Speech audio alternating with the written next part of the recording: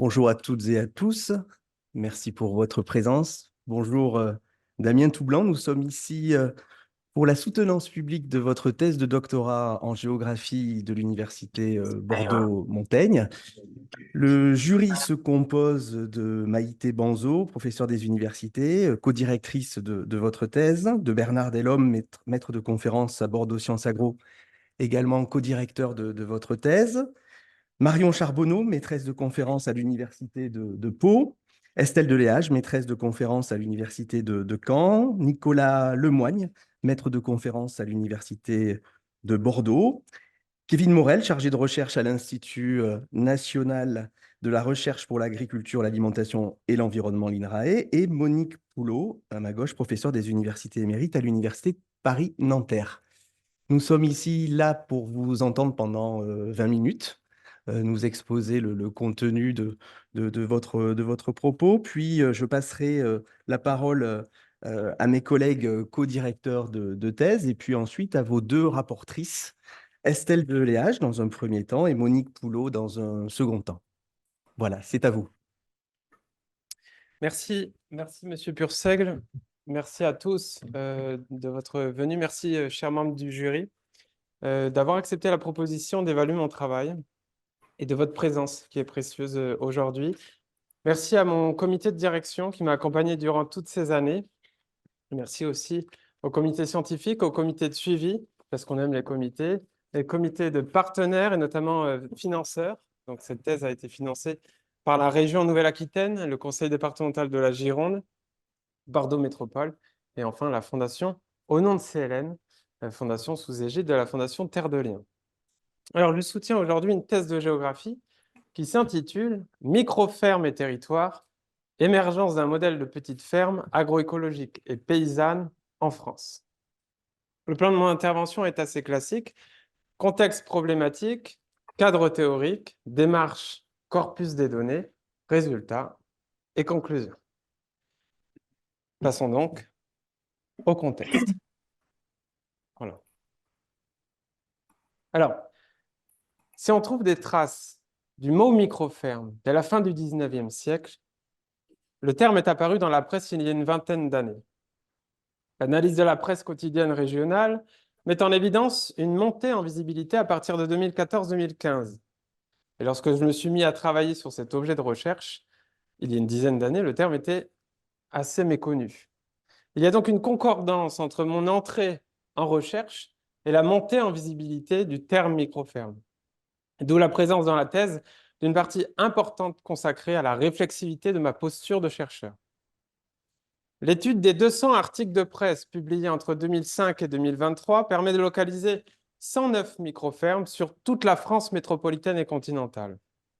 Cette analyse de la presse met en évidence une multitude d'autres microfermes anonymes au-delà des fermes médiatiques comme le Bec et Loing et la Bourdaissière, met en évidence aussi que les microfermes sont associées souvent à l'agriculture biologique, certifiée ou non, associée à l'agroécologie et la permaculture, on le sait un peu plus, et à une diversité de systèmes de production, souvent maraîchers, mais pas uniquement. Et dans un espace public saturé d'informations négatives, les belles histoires sont autant de lueurs dans un monde qui semble s'assombrir d'année en année. Et l'accumulation des crises économiques, sociales, écologiques, climatiques, leur ampleur, leur complexité, leur urgence induisent des défis majeurs pour rompre avec ce qui a engendré et ce qui continue d'engendrer cette situation. Et l'émergence des microfermes est une réalité et est une résurgence d'initiatives sociopolitiques alternatives qui n'ont jamais pleinement réussi à contrecarrer l'hégémonie du modèle dominant. Mais ce n'est pas parce que les initiatives sont nombreuses et que les microfermes sont médiatisées que la forme d'agriculture est reconnue et soutenue. J'ai donc recherché un cadre de pensée qui permet de mieux connaître et reconnaître les microfermes en tant qu'initiative contributrice de la transition agroécologique forte, celle qui va dans le sens d'un changement de système agricole et alimentaire et pas juste un changement de pratique. Mon parti pris a été donc de prendre au sérieux les microfermes, prendre au sérieux des hommes et des femmes qui éprouvent dans leur quotidien des solutions et de faciliter leur reconnaissance les rendre audibles par un acte de recherche au plus près d'eux, au plus près d'elles. Alors, les microfermes sont une réalité. Le défi est d'arriver à les décrire sans les essentialiser, c'est-à-dire sans les réduire aux revendications, aux représentations, ou encore les réduire à la manière que l'on a de les étudier. Il y a assez peu de travaux sur les microfermes, et une définition marque le paysage, celle émanant des travaux de Kevin Morel, 2016. Il définit les microfermes comme des systèmes agricoles alternatifs avec un certain nombre de critères ici à l'écran. Et les principaux programmes de recherche pensent les microfermes à partir de cet héritage. Et le programme microagri que nous avons initié en 2016 ouvre la définition et s'inscrit dans une approche dite constructiviste. Cette approche ouvre le champ de recherche des microfermes en postulant que la description faite jusqu'ici de la réalité n'est en fait que la connaissance partielle de réels de référence. Et grâce à des allers-retours avec le terrain, nos travaux ont construit cette définition qui ouvre à une diversité d'ateliers et de dimensionnement des facteurs de production. Une ferme qui s'inscrit plus ou moins dans ces 5 objectifs est identifiée comme une microferme. Et ce positionnement d'ouverture, je l'ai marqué dans mon vocabulaire. Je désigne les microfermes par la notion de monde social, c'est-à-dire un groupe social plutôt abstrait, déterminé par les fonctions qu'il remplit. Et cette approche permet d'ouvrir le champ de sélection et le champ d'observation des microfermes. Ce monde social ne se restreint pas au maraîchage, ne se restreint pas aux critères surfaciques et pas à une appartenance à l'urbain. Cette carte ici localise les 85 fermes autorecensées dans le cadre de Microagri. Elle met en évidence une diversité de localisation, ce qui confirme mon choix quant au fait de ne pas me restreindre au cadre conceptuel de l'agriculture urbaine. Alors, je renouvelle l'approche scientifique des microfermes par l'emprunt du champ scientifique de la coexistence et confrontation des modèles agricoles et alimentaires, instruite en 2021 par Gasselin et collaborateurs. La thèse discute et démontre l'existence et l'intérêt des microfermes par la mise en évidence d'un modèle agricole et alimentaire fondé sur un lien fort au territoire. 2 questions structurent mes résultats. Dans quelle mesure le monde social des microfermes porte en lui un modèle qui s'achemine vers un nouveau pacte territorial? Et dans quelle mesure le lien au territoire tient une importance dans l'expression de ce modèle? Passons maintenant au cadre théorique.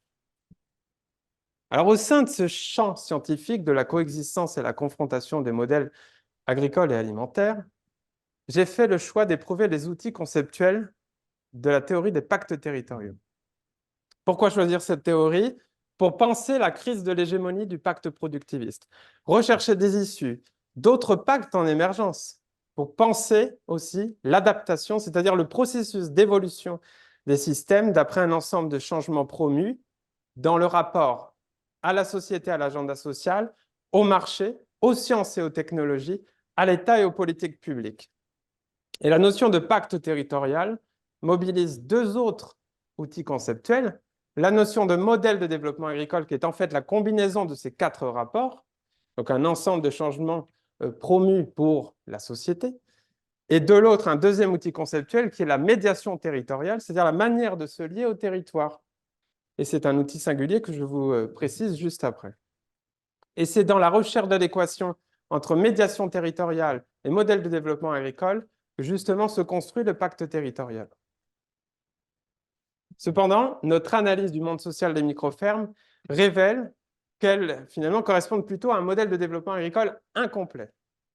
Et dans cette situation, la littérature scientifique nous met sur la piste de l'usage d'un 3e outil conceptuel, la notion de modèle agricole alimentaire. Il est en quelque sorte l'étape intermédiaire avant le modèle de développement agricole. La notion de modèle agricole se définit à travers ces 3 acceptions, archétype, futur désiré et normes pour l'action. Archétype, la récurrence des pratiques. Futur désiré, des revendications, des aspirations pour que la société change. Et les normes pour l'action, c'est-à-dire la manière dont est mobilisée la notion de microferme ou dont il se mobilise lui-même au cours des différents processus d'institutionnalisation. On a étudié notamment des cas d'action publique, d'action collective citoyenne ou notre programme de recherche-action microagri. Nous avons donc étudié d'un côté le modèle, d'un côté la notion de médiation territoriale. Concentrons-nous ici sur la notion de médiation territoriale. C'est à partir de la théorie de l'activité humaine de la philosophe Hannah Arendt que le géographe Christophe Albaladejo construit le cadre d'analyse des médiations territoriales. Et il traduit la notion d'Hannah Arendt de vita activa en activité territorialisée. Et je préfère, dans mes travaux, la traduire par vie active agricole. La signification socio-économique donnée à la vie active agricole est nommée travail. La signification politique est nommée action, la signification personnelle est nommée œuvre. Et l'articulation de ces trois dimensions peut constituer un type de médiation territoriale. Passons maintenant à la démarche et au corpus de données. Hop là. Mon approche, elle s'inscrit dans une interdisciplinarité. C'est une thèse de géographie, mais qui va regarder un petit peu à côté chez d'autres disciplines s'il n'y a pas des choses intéressantes pour enrichir ma démarche. Alors, elle privilégie l'immersion pour récolter des données et m'imprégner via mes différentes fonctions sociales, qui sont autant de points d'observation du monde social des microfermes. Elle privilégie aussi le temps long pour travailler les trajectoires et les processus. Et je conçois le terrain comme permanent. Et je cite ici les propos du géographe Jan Kalberak. Le terrain est à la fois une pratique et un espace, ou plutôt une pratique qui crée de l'espace. C'est l'instance qui permet de donner de la cohérence et une finalité à un assemblage composite de données, de médiation, de lecture, d'observations diverses et de concepts forgés. Toutes les tâches du géographe font dès lors terrain. Le premier corpus de données, c'est les données de la presse, je viens d'en parler. Le deuxième corpus de données, c'est les données des 99 fermes, nous allons le voir après. Et le troisième corpus de données, ce sont 3 études de cas parmi les 99 de mon échantillon. Toutes les données sont archivées, en partie compilées dans un très grand tableur. Au fil du temps, j'ai récolté une très grande diversité de données organisées en différents corpus ici à droite. Les données sont à la fois primaires, donc brutes, des audios d'entretien par exemple, mais aussi secondaires et tertiaires, c'est-à-dire elles ont suivi un processus de recherche. Et pourquoi j'ai le droit de les utiliser dans une exploitation donc secondaire des données? C'est parce que moi, j'ai participé à chaque étape de ce processus de recherche. Et donc, ma démarche exploratoire cible 99 fermes qui sont au cœur de cette thèse. Plusieurs critères sont utilisés, je ne vais pas les détailler aujourd'hui. J'écarte juste par exemple les fermes totalement hors sol, comme les fermes aquaponiques, car je pense qu'elles ne sont pas des alternatives agricoles suffisamment radicales, puisqu'elles n'ont pas de lien au sol. Voilà, il y a un certain nombre de critères comme ça qui me permet d'écarter des fermes et d'arriver à 99. Et la carte ici met en évidence une diversité des localisations sur tout le territoire de la Nouvelle-Aquitaine, et avec notamment une prédominance en Gironde, qui est un territoire quand même fortement métropolisé, donc il y a une influence urbaine forcément dans mon échantillon. Les 3 études des cas ici sont localisées sur les communes à des niveaux d'influence urbaine très différentes. Ces fermes ont été étudiées de manière beaucoup plus approfondie, avec des immersions sur une semaine, des entretiens complémentaires et des suivis sur plusieurs années. Ces 3 fermes sont des révélateurs utiles à notre démarche exploratoire. On passe maintenant à la présentation des 2 résultats. Le premier résultat, c'est celui-ci. C'est plus sur effectivement la notion de modèle. Et on va commencer par l'archétype. Alors, j'ai d'abord porté mon analyse sur l'entièreté du monde social, en tout cas la manière, moi, de l'analyser par la presse. Ma grille de lecture des 200 articles de presse publiés de 2005 à 2023, elle comporte 2 facteurs, le niveau de complexité des systèmes d'activité, le rapport à l'expérimentation ou l'effort démonstratif.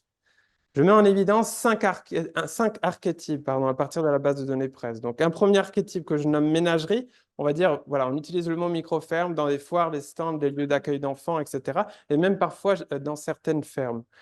Finalement, c'est l'exposition d'un échantillon d'une agriculture idéalisée. Autre archétype, dispositif de recherche, développement et promotion.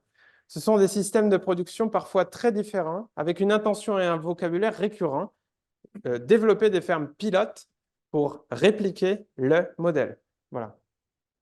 Autre archétype, partie d'écolieux, petite exploitation agroécologique, et lieu hybride qui est en fait à la fois partie d'écolieux et petite exploitation agroécologique. Partie d'écolieux, c'est souvent des projets qui sont inscrits dans l'économie sociale et solidaire. Et la majorité des fermes de mon échantillon s'inscrivent dans l'archétype petite exploitation agroécologique.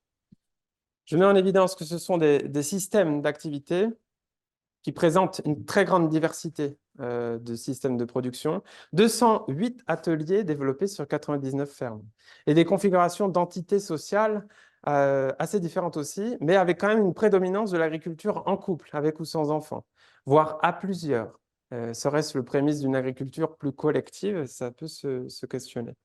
Aussi, un dimensionnement des systèmes d'activité qui semble se proportionner sur le chemin de l'équilibration des dimensions travail, œuvre, action de la vie active agricole. Un lien fort au territoire, une majorité commercialisée quasi exclusivement en circuit court et de proximité, et enfin des pratiques agroécologiques et une approche globale de leur système d'activité. Je rajouterai quand même ici qu'on observe une équitabilité des rôles hommes-femmes et un renforcement de la posture entrepreneuriale des femmes. Quant à la manifestation du futur désiré, il est d'un côté revendiqué avec ambition et démontré preuve à l'appui par les responsables de fermes médiatiques, et de l'autre, exprimé plus timidement par les responsables des fermes de mon échantillon. Donc d'un côté, voilà ces revendications, forte productivité, rentabilité possible à moyen terme, promotion d'un changement de modèle de développement agricole, nécessaire transparence des conditions de viabilité. La microferme peut réaliser un rêve de changement de vie éventuellement. La microferme diminue le risque pris dans le changement de vie ou le décale.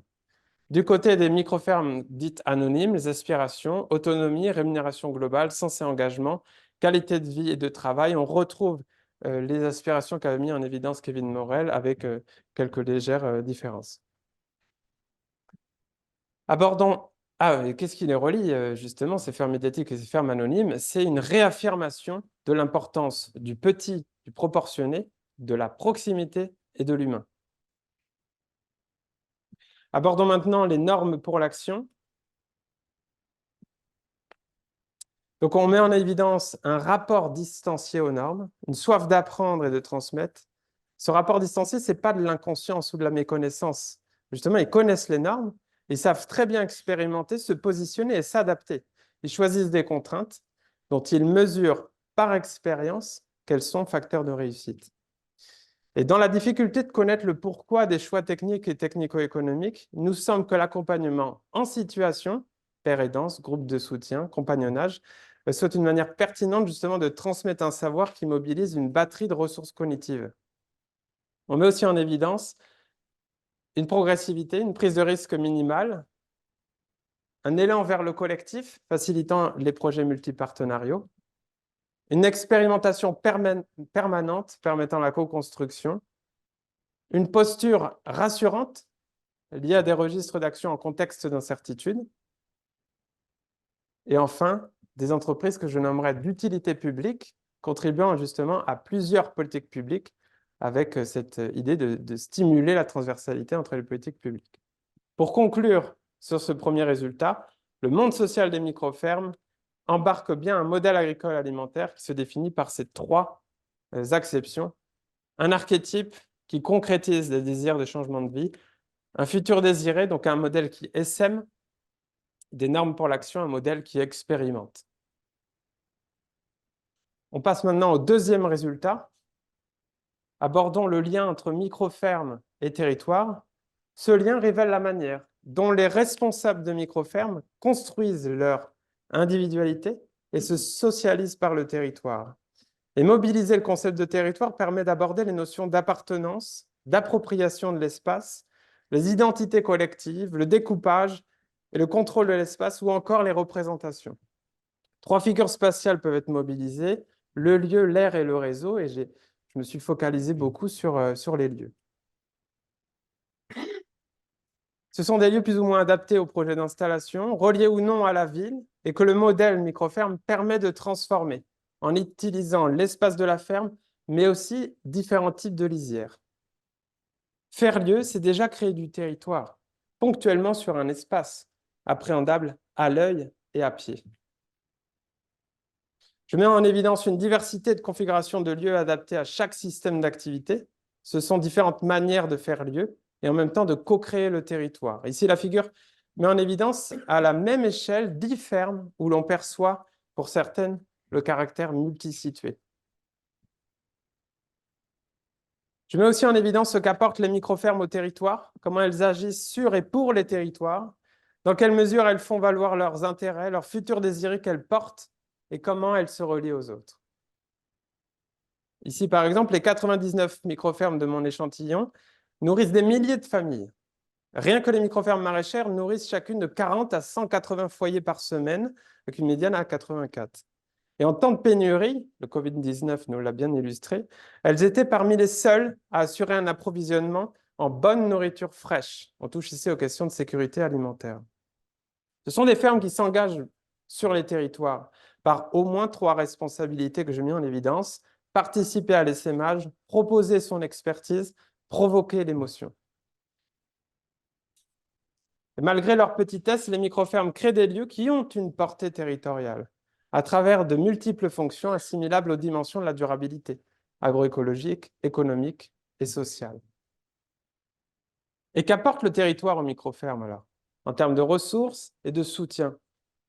Eh bien, malgré toutes les fonctions que peuvent jouer les micro-fermes et le nombre de travailleurs et travailleuses qu'elles mobilisent, au moins 126 emplois directs sur les 99 fermes, les micro-fermes sont globalement peu soutenues par les politiques publiques nationales et européennes. Seulement un tiers des micro-fermes de notre échantillon est soutenu, par exemple, par la politique européenne en faveur de l'agriculture biologique, alors que 2 tiers y auraient droit. Ce peu d'aide publique est partiellement compensé par les collectivités territoriales, avec un rôle important du département notamment. J'ai aussi analysé la nouvelle aide au petit maraîchage proposée dans le plan stratégique national lié à la nouvelle PAC. Mais des critères trop restrictifs et finalement une aide inadaptée à ce monde social des micro-fermes. Et pour finir, j'ai mis en évidence une ressource territoriale qui me semble essentielle, la notion de communauté de soutien.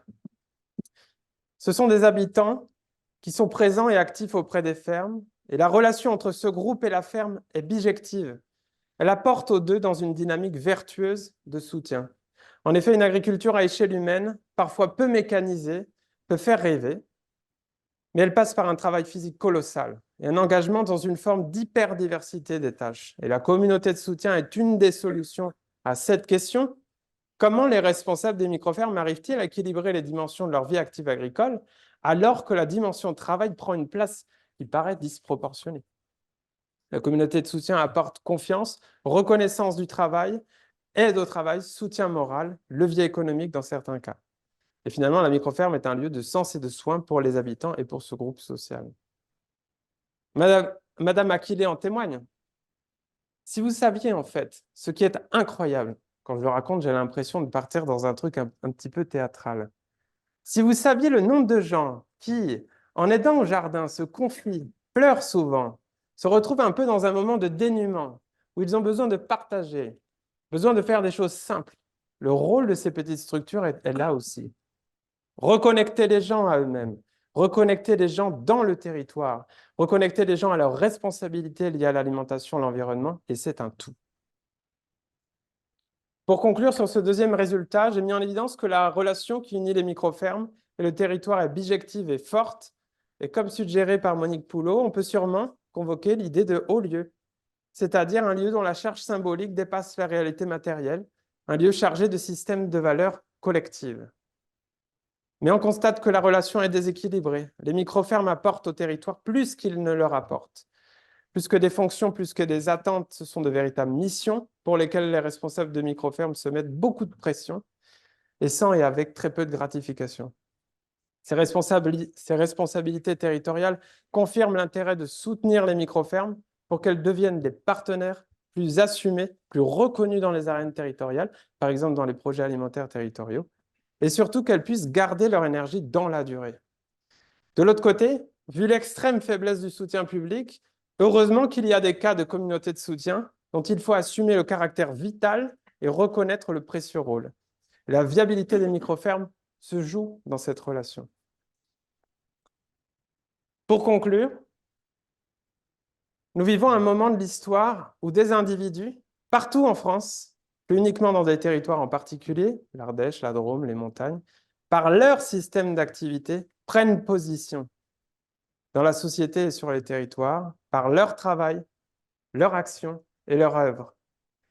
Et au vu de nos analyses, on s'achemine bien vers un nouveau pacte territorial, avec d'un côté la mise en évidence d'un type de médiation territoriale conviviale et de l'autre un modèle agricole et alimentaire. Pour la suite, plusieurs questions se posent pour d'éventuelles pistes de travail. Comment construire un nouveau pacte territorial? Dans quelle mesure se relient médiation et modèle de développement agricole? Est-ce qu'il y a plusieurs modèles? Comment interagissent-ils? Comment évoluent les différents rapports? Comment se joue justement le principe du proportionné? Et quelle coexistence et confrontation avec les autres pactes? Alors, en attendant de se mettre à travailler sur ces pistes, je peux vous dire aujourd'hui que grâce à mes travaux, grâce à nos travaux, oui, on est bien en présence de l'émergence d'un modèle de petite ferme agroécologique et paysanne en France. Je vous remercie de votre attention.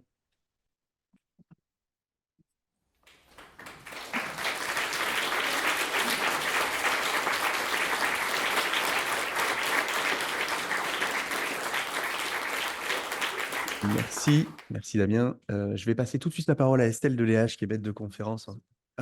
Pardon, à la direction de thèse, pardon, excusez-moi, j'étais un peu pressé. Donc Maïté. Non, je suis très contente quand même de prendre la parole. J'y tenais. Je n'aurais pas laissé ma place. Et Bernard non plus, je crois.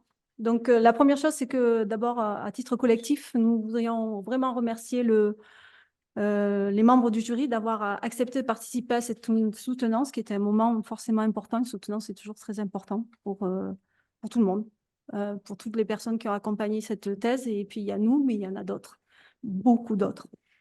Donc, avec Bernard, nous allons prendre la parole successivement en tant que co-directeur de la thèse. Et notre propos a pour objectif de contextualiser ce travail de thèse afin de mieux comprendre le parcours réalisé et la méthode de travail mobilisée par Damien. Donc, je commence par dire que cette thèse et cette soutenance est l'aboutissement d'un long cheminement dont les principales étapes sont rappelées dans le chapitre 2, donc je ne vais pas y revenir parce que ça fait toute une grosse partie du chapitre. Et dans ce parcours, pour moi, on comprend que tout ce travail est une aventure scientifique, certes, mais c'est aussi une imbrication très forte avec une aventure humaine. Donc moi, c'est sur ces deux aspects que je vais centrer mon propos. Je commençais par l'aventure humaine. Je vais commencer par la rencontre avec Damien Toublan. Tout commence au mois de février, janvier 2016, quelque chose comme ça. Je me rappelle, j'étais avec un gros manteau. Bref, je réponds à un message qui disait « Est-ce que vous êtes intéressé aux micro-fermes ?» Et donc, je reçois ce message et je dis « C'est quoi les micro-fermes ?» Mais j'ai dit « Bon, moi, je m'intéresse aux relations ville-campagne. Ça peut être intéressant. » Je me dis « C'est sûrement des structures qui ont un lien ville-campagne. Enfin, il doit y avoir quelque chose à faire là-dessus. » Donc, je réponds au message, on me donne rendez-vous. Donc, je vais rencontrer les collègues. Donc, le collègue Damien Toublan qui m'a invité à Bordeaux Sciences Agro. Je rentre dans la salle et là, je vois deux jeunes personnes. Je me dis, bon, c'est les étudiants, vraiment un profil d'étudiants plus que de collègues. Et dans la salle, donc, il y a ces deux personnes qui sont donc Damien Toublan et Thomas Maillard, son acolyte du départ, très important. Et alors, ils se présentent et ils expliquent leur engagement dans un comité de défense d'une agricultrice et l'importance de développer les connaissances sur toutes les petites structures qui ne sont pas reconnues par la profession agricole. Et là, je me dis, mais qu'est-ce que je suis venue faire dans cette histoire? J'écoute néanmoins et très vite, en fait, je passe de la surprise à voir de la méfiance, parce que je me dis quand même, on a quand même deux militants bien campés. Eh bien, je me dis, qu'est-ce que je viens faire? Et progressivement, en écoutant toute l'histoire, etc., je commence à comprendre la démarche et je commence effectivement à m'intéresser au sujet en me disant, effectivement, ce n'est pas un sujet inintéressant, voilà. Mais je ne voyais pas très bien comment m'associer à cette histoire. Et à part donner quelques informations, ce que vous m'aviez demandé, quelques informations sur le financement, comment pouvoir engager une recherche, comment pouvoir financer ce type de projet. Quelques semaines plus tard, je suis conviée à une deuxième réunion, alors que je pensais que c'était fini pour moi, l'histoire des micro-fermes. Donc, je suis conviée à une deuxième réunion, et là, on a une assemblée très constituée de gens venant de tout horizon. Alors, il y a des chercheurs, notamment Bernard, il y a des agriculteurs qui sont en partie dans la salle, il y a des entrepreneurs, il y a une directrice d'un espace test qui est également ici dans cette salle. Voilà, on a une petite assemblée, tout le monde a l'air intéressé par le sujet. Et à la fin de sa réunion, ça va très vite. Tout le monde a dit, OK, on est intéressé, c'est important, on monte un projet, on va chercher un financement et c'est toi qui portes. Et voilà, je me suis retrouvée à porter le projet Microagri et c'est l'aventure qui a commencé. Donc, cette aventure humaine, c'est aussi les réseaux multiples qui ont été tissés beaucoup par Damien, avec ses différentes casquettes, que ce soit militant, coordinateur, chercheur, enfin. Tout au cours de ces années, il y a eu un tissage de relations avec vraiment des personnes très différentes. D'abord, les responsables de micro-fermes rencontrés, multiples, les partenaires aussi, à différents titres, les stagiaires, les collègues. Donc, tout ça a formé un réseau et une sorte, effectivement, de reconnaissance de micro-agri, au moins à l'échelle du département girondin. Et au cœur de ces multiples réseaux, dans le fonctionnement, il y avait une entité, enfin, il y a encore, on ne l'a pas encore débaptisé ou terminé, une petite entité qui s'appelle le trio. Et le trio, il a été constitué parce que dès la première année du programme de recherche-action micro-agri, Damien était alors recruté en tant que coordinateur du programme pendant 1 an et demi. Et les décisions étaient prises par le comité de pilotage, mais on avait constitué ce trio pour prendre des décisions dans le quotidien, prendre les décisions mineures de type organisationnel, etc. Et on se réunissait tous les 15 jours. Et en fait, ce trio, c'est une structure. Alors, le trio, c'est Damien Toublanc, Bernard Delhomme et moi-même, donc c'est tout réduit. Et finalement, c'est ce trio qui a accompagné l'aventure jusqu'à aujourd'hui, puisque nos échanges ont été constants durant toutes ces années. Ils ont pu varier au gré des actualités, mais en fait, on a continué à échanger en permanence et on a accompagné ce changement en fait de fonction de Damien Toublanc, du militant vers le coordinateur de projet et puis vers le formateur, le chercheur en formation. Et aujourd'hui, on accompagne, on est très content d'être là pour cette soutenance. Dans ces trios, c'est important, je le mets dans l'aventure humaine parce qu'effectivement, c'est une structure qui suit tous les aléas, tout ce qui s'est passé durant toutes ces années. Et puis, c'est beaucoup d'échanges et on a beaucoup appris l'un de l'autre.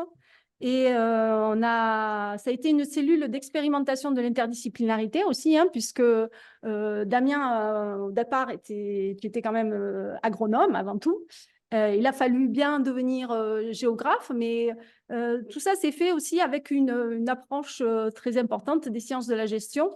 Et on le voit très bien dans le travail qu'il réalise ici. On voit les identités, les apports de chacun un petit peu dans ce travail. Voilà. Pour l'aventure scientifique, je voudrais dire quelques mots. Juste le sujet d'abord. Le projet de recherche microagri se construit sur l'idée de la nécessité de faire des micro-fermes un objet de recherche à part entière. C'est parti comme ça. Et donc, l'idée, c'était vraiment que ça faisait sens pour la recherche. Et donc, on a posé les premières bases qui étaient identification, caractérisation, voire évaluation de ces entités.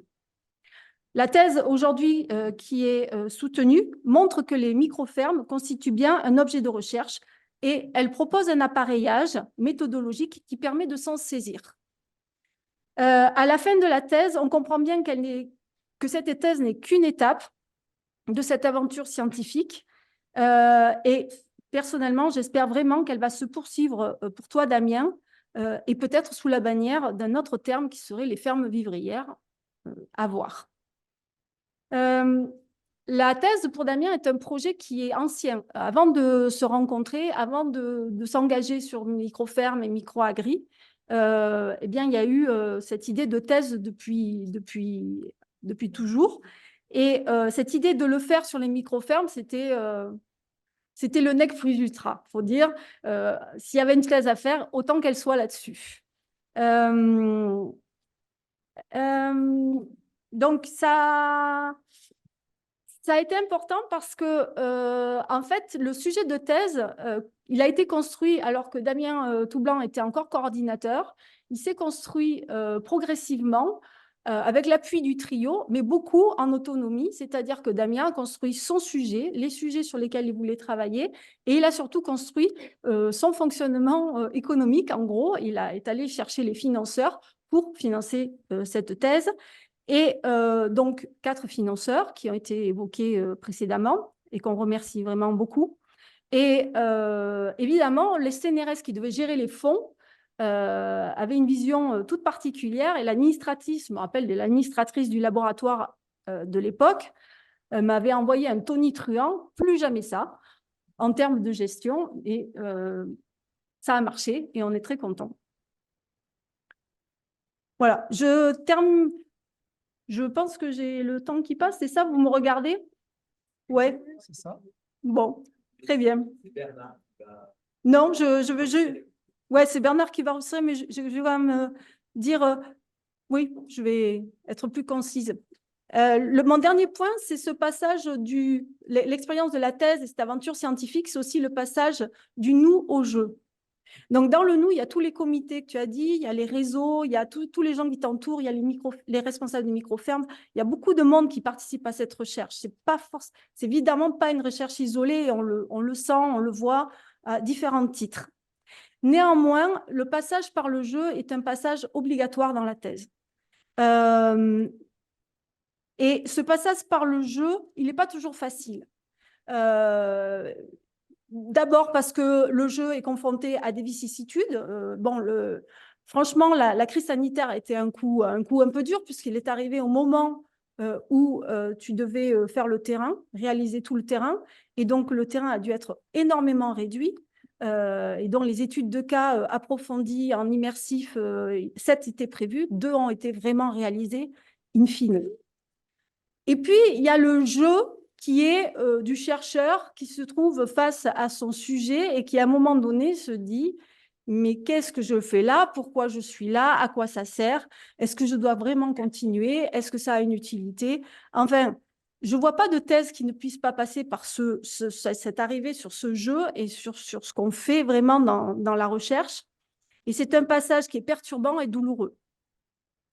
Alors, évidemment, il y a beaucoup de doutes à certains moments donnés et c'est très inquiétant pour les co-directeurs parce qu'on se dit, bon, ça va s'arrêter là, c'est comme ça. Et puis, un jour, Damien est arrivé, souriant, et a déclaré « J'ai décidé de finir la thèse et de prendre le temps nécessaire pour le faire bien. » Et à partir de là, on a eu Damien Toublan, souriant, confiant, serein, investi, et jusqu'à la fin, et jusqu'à aujourd'hui, et on en est vraiment très content. Alors, dans tes remerciements, tu parles d'un vœu que tu avais fait au début de la thèse, en disant « La thèse sera le fruit de la personne que je suis devenue, que je suis, ou que tu es aujourd'hui, et devenue, parce qu'effectivement, il y a une évolution. Et je pense qu'aujourd'hui, en fait, tu es devenu un chercheur, je dirais, agrogéographe, parce qu'il y a bien les deux éléments, mais la géographie est très présente dans ce travail, qui a su construire un sujet de recherche avec une grande autonomie de réflexion, avec une grande force de proposition.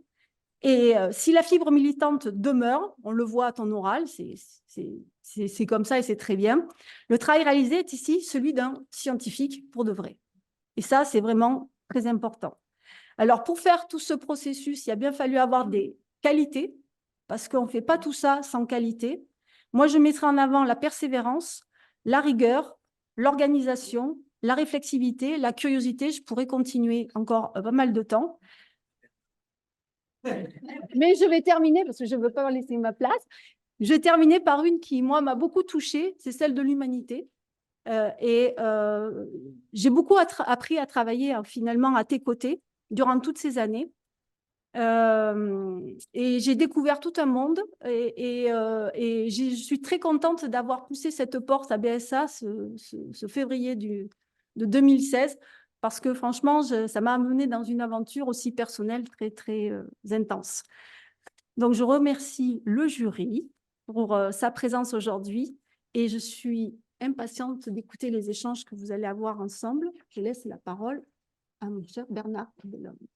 Merci, je promets à tout le monde que je vais être plus bref pour ne pas. Donc, en fait, nous, on est membre du jury aujourd'hui, mais ce n'est pas notre rôle de juger, ce n'est pas notre rôle de porter un avis sur le travail, parce que c'est bon, regarde, j'ai réussi à le faire marcher. En fait, moi, j'ai choisi juste d'apporter un éclairage complémentaire à celui de Maïté. Et comme j'aime bien, moi, les triptyques, j'ai choisi aussi 3 logiques. Et puis, j'ai choisi une approche un peu particulière. Je voulais mettre en avant les mots. Voilà, j'ai appelé mon petit travail les mots de la thèse, les mots d'une thèse. Et donc, pour illustrer ces mots d'une thèse, j'ai voulu revenir sur, non pas l'individu, non pas le travail, mais le parcours de la thèse. Alors, vous savez, en français, les mots, ça se répartit souvent en petites familles. Donc, il y a les noms, il y a les adjectifs, puis il y a les verbes. C'est avec ça qu'on fait des phrases. Donc, moi, j'ai essayé de rechercher des choses qui étaient intéressantes là-dessus. Parce que ces mots-là, ils sont aussi, quand on les met ensemble dans les phrases, le fruit d'un parcours. Alors, d'abord, il y a le nom du parcours, pas suivi Damien. Donc, moi, j'ai mis 3 mots pour faire le nom du parcours, 3 noms: pluralité, diversité, complémentarité. Pluralité, bah oui, alors Maïté l'a dit, Damien, comme diraient les paysans, il a plusieurs casquettes. En fait, il a plusieurs rôles là, dans le projet qui s'est étalé sur plusieurs années: étudiant, militant, salarié, puis doctorant. Et puis, il a plusieurs cadres de travail: l'école, un groupe de recherche, action, des associations engagées, puis un laboratoire de recherche. Il a plusieurs acteurs à côtoyer. Maïté est revenu, voilà, les enseignants, les paysans, les salariés, etc. Et puis, il a côtoyé aussi plusieurs disciplines. Il était agronome, il s'est frotté à la géographie, il a été obligé d'avaler un peu de gestion, il a fait un peu d'économie, un peu de sociologie, peut-être d'autres matières. Et puis, il a eu plusieurs terrains, avec de la Gironde, la Nouvelle-Aquitaine, des fois la France quand il allait ailleurs. Et puis, ça a mis plusieurs années. Donc, la pluralité, c'est vraiment le maître mot du parcours. Et tout ça, c'est parce que ça cache derrière des façons de travailler qu'on avait mis sur la table assez trop dans le départ et que certains d'entre vous entendent parler. On ne fait pas de la recherche fondamentale en laboratoire, donc on est obligé d'aller sur le terrain, c'est pour ça que ça prend du temps. Donc, on fait de la recherche action. Il y a un lien tout le temps étroit entre le terrain et puis la théorie. Et puis, c'est de la recherche participative. On ne fait pas de la recherche tout seul qu'entre chercheurs. On essaye d'immiscer dans nos travaux et dans nos réflexions des acteurs. Voilà. Et puis, il y a égale dignité des participants par rapport à ça, c'est-à-dire la recherche, elle est non seulement participative, mais elle est co-construite. Ça, c'est le parcours de Damien. Finalement, on pourrait presque dire, en empruntant un petit peu des mots, qu'il y a une multifonctionnalité dans ce parcours de travail. Maintenant, c'est au jury de juger les vertus de cette multifonctionnalité. Après, il y a les adjectifs du parcours. Parce que les mots, c'est bien, les noms, c'est bien, et les adjectifs. Moi, je trouve qu'en lisant ton plan, c'est très bien. Damien, son parcours, il a fait passer l'agriculture de petite, mais vertueuse, mais marginalisée, à agriculture sujet scientifique. Et puis, du coup, pour la regarder scientifiquement, on a fait d'une agriculture géographique, puis après une agriculture territoriale. Puis l'agriculture s'est trouvée embarquée maintenant pour se trouver caractérisée dans un modèle. Donc, on parle même d'un modèle agricole, que Damien a dit, oui, et puis pour les micro-fermes, c'est un modèle à soi, donc chacun son petit truc de modèle. Puis à la fin, il a dit, bah oui, mais alors, pour que vraiment ça fasse encore sens dans mon travail, il faut qu'on embarque aussi l'agriculture dans un pacte territorial, et en montrant que le lien finalement entre l'agriculture et son territoire était vital. Je trouve, voilà, tous ces petits adjectifs-là, ils sont intéressants. Et toi, tu finis à la fin en disant, bah ouais, tout ça, c'est la démonstration que les petites fermes, elles ont un rôle vivrier incontestable à jouer chez nous. Moi, je trouve bien que les adjectifs du parcours, ils sont aussi illustratifs voilà, du cheminement. Parce qu'un parcours, c'est un cheminement quand même. Puis à la fin, pour faire la phrase, il faut des verbes. Donc moi, je trouve que dans le parcours de Damien, il y a 3 verbes qui m'ont marqué. Il faut créer son parcours. Maïté l'a rappelé, hein, qui c'est qui a lancé le sujet? C'est pas nous, c'est toi. Donc c'est toi le créateur du parcours. Enfin, heureusement, tu regardais aussi des réalités qui existaient sur le terrain, hein, tu n'as pas tout inventé, mais bon, c'est quand même toi l'initiateur. Tu as incontestablement réussi à évoluer dans ce parcours. Alors, il y a eu des hauts, des bas, des côtes et des descentes, mais des virages aussi. Mais bon, évoluer dans la diversité, c'est quand même un verbe caractéristique de ton parcours. Puis je trouve qu'aujourd'hui, on en a l'éclatante illustration. Tu as su aussi le valoriser, lui donner de la valeur. Enfin, moi qui viens des sciences de gestion, je ne vais pas vous développer les histoires de valeur, mais voilà, pour moi, il y a une valorisation des idées incontestable dans le travail qu'on a sous les yeux.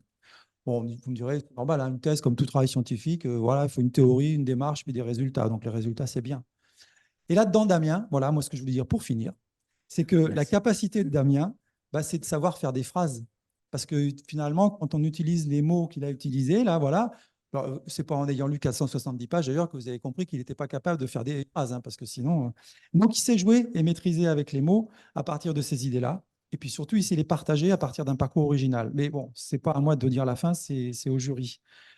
Juste, est-ce que par hasard, un parcours comme ça multifonctionnel, doublé d'un individu en capacité, ça ne ferait pas un espèce de pacte créateur de ce qu'on appellerait une bonne thèse?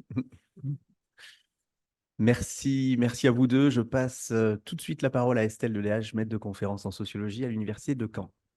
Merci beaucoup. Et merci pour cette invitation à ce jury de thèse.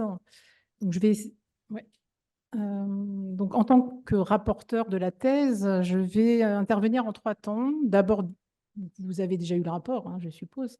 Vous connaissez un peu ce que je vais dire. Je vais essayer de condenser un peu la partie sur les apports de la thèse, même si le rôle du rapporteur est de rappeler les apports des différents chapitres et me concentrer un peu plus sur les questions, mais je vais quand même rappeler les apports de la thèse. Et avant de rappeler les apports de la thèse, je vais dire quelques remarques générales sur la qualité de la thèse. Alors, qui vont reprendre d'ailleurs des choses qui ont déjà été dites, mais on va reprendre au fur et à mesure. On risque de se répéter un peu au fur et à mesure. Donc, en termes de qualité générale, votre thèse est d'une très grande qualité, très agréable à lire. L'écriture de la thèse est très bien maîtrisée. Et ce que je trouve original, en particulier dans votre thèse, c'est votre capacité à explorer à partir d'un terrain très fourni. Je vais revenir là-dessus, sur la question du terrain. Donc, ce monde des micro-fermes, en l'analysant dans toute son épaisseur historique, agronomique, sociale, politique aussi. Je vais revenir sur les questions politiques. Sociales et politiques, c'est ma partie. À partir donc de différents champs disciplinaires. Et ça, c'est très audacieux et c'est plutôt bien réussi. Alors, plutôt bien réussi, je veux dire ça maintenant. Et puis après, je ferai quelques remarques sur la limite de l'interdisciplinarité dans les questions. Mais voilà, vous avez fait ce pari d'interdisciplinarité, il est bien réussi. Voilà, et ce n'est pas facile de soi-même multiplier les disciplines et les articuler de manière problématisée. Alors, en termes d'apports, je vais reprendre les apports des 5 chapitres. Hein, votre thèse comprend une introduction, 5 chapitres et une conclusion. Et je vais reprendre en essayant de condenser, parce que le temps nous est compté, les apports, enfin, ce qui me semble intéressant, alors ce que vous avez en partie rappelé dans votre présentation, mais je vais reprendre voilà, les apports essentiels de la thèse en revenant sur les 5 chapitres. Pour ce qui est du premier chapitre, donc des petites agricultures vertueuses et pourtant marginalisées, vous présentez de manière très pertinente l'importance de la petite ou des petites agricultures qui contribuent, là je vous cite, à nourrir le monde, et qui constitue, je vous cite de nouveau, page 69, un champ d'observation pertinent pour chercher l'expression d'une alternative agricole de rupture. Vous rappelez dans ce chapitre le contexte international dans lequel se déploient ces petites agricultures qui sont, comme vous le dites, majoritaires à l'échelle planétaire et puis de moins en moins nombreuses au niveau européen et en particulier en France. Alors là, il y a des passages très intéressants sur les statistiques, les biais statistiques. Enfin, vous reprenez tout ça, c'est fort intéressant. Et vous montrez de manière très éclairante, je trouve, les apports de ces petites agricultures qui sont largement dévalorisées, en particulier dans les pays européens, dans les pays industrialisés. Alors, si je résume, leur capacité à faire vivre, ce qui est déjà essentiel, celles et ceux qui conduisent ces petites fermes, ces micro-fermes, leur contribution à la protection de l'environnement et la souveraineté alimentaire, leur mode de fonctionnement vertueux, on peut mettre des guillemets, du point de vue de la qualité du travail, en particulier grâce à l'autonomie et à la transmission d'un héritage culturel. La question de l'autonomie est très importante. Enfin, moi, j'y suis attachée à cette question de l'autonomie pour avoir aussi réfléchi à ces questions. Et vous terminez le chapitre sur une note d'espoir quant à la reconnaissance en cours, qui est quand même timide, je trouve, et vous le dites aussi, notamment par les pouvoirs publics, de ces petites agricultures. Alors, le deuxième chapitre, c'est votre parcours de recherche qui a été largement rappelé par vos co-directeurs de thèse. Revient donc à partir d'un travail de réflexivité qui est très bien conduit, je trouve, mais très intéressant, sur la manière dont vous avez finalement progressivement construit votre sujet de thèse en partant d'une question socialement vive, alors socialement vive en particulier depuis, vous l'avez rappelé, 2014-2015, en objet scientifique. Voilà. Et comment cette construction, elle s'est faite à travers un parcours extrêmement riche. Alors, je ne vais peut-être pas tout reprendre, reprendre ce qui a été dit, mais fait de rencontres individuelles, collectives, auprès de différents mondes sociaux, les agriculteurs, la recherche, etc., le militantisme. Vous croisez des mondes sociaux très divers et vous arrivez à coaguler tout ça en quelque sorte pour faire cette thèse. Et ça, c'est très, très bien réussi. Et en particulier, je vais reprendre une idée que je trouve, enfin une idée, un fil de ce chapitre qui est particulièrement pertinent, c'est la rencontre avec Madame Mélis, enfin celle qui s'appelle Madame Mélis, puisque vous donnez des noms de plantes à vos interlocuteurs, à vos fermes, à vos micro-fermes. Madame Mélis, donc, chez qui vous vous approvisionnez, avec qui vous discutez de l'avenir de l'agriculture. Bon, voilà, on retrouve le parcours militant rappelé à l'instant. Et à partir de cette rencontre, vous construisez un objet de recherche. Voilà, à partir de cette rencontre. Et cet objet de recherche, vous le construisez à partir de 2 constats, finalement. Alors, le constat d'abord de la difficile reconnaissance sociale de cette Madame Mélis, du fait de la petitesse de son activité, je reprends vos mots, et puis celui plus globalement, c'est là qu'on passe du constat individuel au projet de recherche, d'un manque de reconnaissance territoriale des petites agricultures. Tout ça vous conduit donc à accompagner Madame Mélis dans son parcours de reconnaissance institutionnelle, son difficile parcours de reconnaissance, et puis à transformer cet accompagnement, donc avec on a appris des choses, le trio en programme de recherche, alors micro-agri, etc. Je ne reviens pas sur tout ce passage qui a été rappelé. Voilà. Et le chapitre donc, se termine par l'analyse de la manière dont ce monde social des micro-fermes que vous avez construit en objet de recherche a par ailleurs été médiatisé, donc au-delà des recherches scientifiques, par la presse notamment, à partir de quelques fermes médiatiques. Alors on connaît tous, enfin tous, je ne sais pas, mais la ferme du Bec et Loin, c'est peut-être celle qui est la plus connue et la plus médiatisée, peut-être la plus ancienne aussi. Le 3e chapitre, maintenant, porte sur la démarche théorique et méthodologique de la thèse, le cadre théorique et méthodologique de la thèse. C'est un chapitre assez massif, il faut le dire. Alors, vous avez rappelé ce cadre, je vais en dire quelques mots. Donc, vous retravaillez un certain nombre de notions, la notion de modèle agricole, de système d'activité, etc. Mais le cœur de votre perspective, c'est la notion de pacte territorial que vous avez rappelé, que vous reprenez du géographe Christophe Albaladejo, qui croise elle-même cette notion 2 autres notions. Alors, vous l'avez redit, je reprends, la notion de modèle de développement agricole et la notion de médiation territoriale. Et cette dernière notion s'appuie elle-même sur une relecture des concepts de travail, d'œuvre et d'action pris chez Hannah Arendt, dans le travail de Hannah Arendt, Conditions de l'homme moderne, où elle développe ces 3 dimensions, le travail, l'œuvre et l'action. Ce positionnement théorique donc, vous permet de montrer, vous l'avez rappelé dans votre présentation, que les micro-fermes sont un modèle incomplet de développement agricole et qu'elles développent par ailleurs une vie active agricole. Ça, c'est vous donc, qui proposez cette notion particulière qui combine donc une dimension socio-économique, le travail, chez Arendt, une dimension personnelle, l'œuvre, et une dimension politique, l'action. Vos choix théoriques vous conduisent à préciser votre approche que vous inscrivez dans ce que vous nommez une interdisciplinarité de proximité. Je vais y revenir après dans les questions sur l'interdisciplinarité, qui vous permet donc de croiser différents regards. Alors d'abord, le regard géographique, c'est une thèse de géographie, mais que vous enrichissez progressivement d'autres apports, dont la socio-anthropologie. Je vais me permettre une petite question là-dessus après, pour déboucher donc sur ce que vous appelez une approche constructiviste réaliste. Le cadre méthodologique de la thèse, maintenant, rapidement, relève donc de ce que vous appelez une démarche d'expérimentation exploratoire, qui s'appuie sur un terrain permanent, long, vous l'avez très bien présenté à l'oral, qui étudie les processus, des trajectoires, etc. Et sur la mobilisation de très nombreux outils. Et je salue de nouveau cette capacité à mobiliser des outils à la fois quantitatifs, qualitatifs, des statistiques, et dans les outils qualitatifs, l'observation participante, des entretiens, l'immersion. Enfin, vous maîtrisez ça très bien. C'est très bien restitué dans des tableaux. Il y en a peut-être un peu trop, d'ailleurs, des tableaux, des graphiques. Enfin, il y en a beaucoup, beaucoup, beaucoup, mais c'est très bien. Après, c'est une manière aussi d'illustrer votre pensée. Le tout reposant plus fondamentalement donc, sur un échantillon, vous l'avez rappelé, de 99 fermes, micro-fermes néo-aquitaines. Voilà, et pour dernière précision sur le chapitre, cet échantillon, comme vous l'avez rappelé, va au-delà du critère de surface pour définir la notion de micro, puisqu'il prend d'autres critères, la diversité des ateliers de production, l'inscription dans le champ des alternatives, etc. Il me reste combien de ça va ? Le 4e chapitre, ouais, ça va. Alors, le 4e chapitre, on arrive un peu plus dans les résultats de la thèse. décrit la diversité des archétypes dans lesquels se situent vos micro-fermes pour montrer, vous l'avez rappelé à l'oral, la prédominance de l'archétype petite exploitation agroécologique.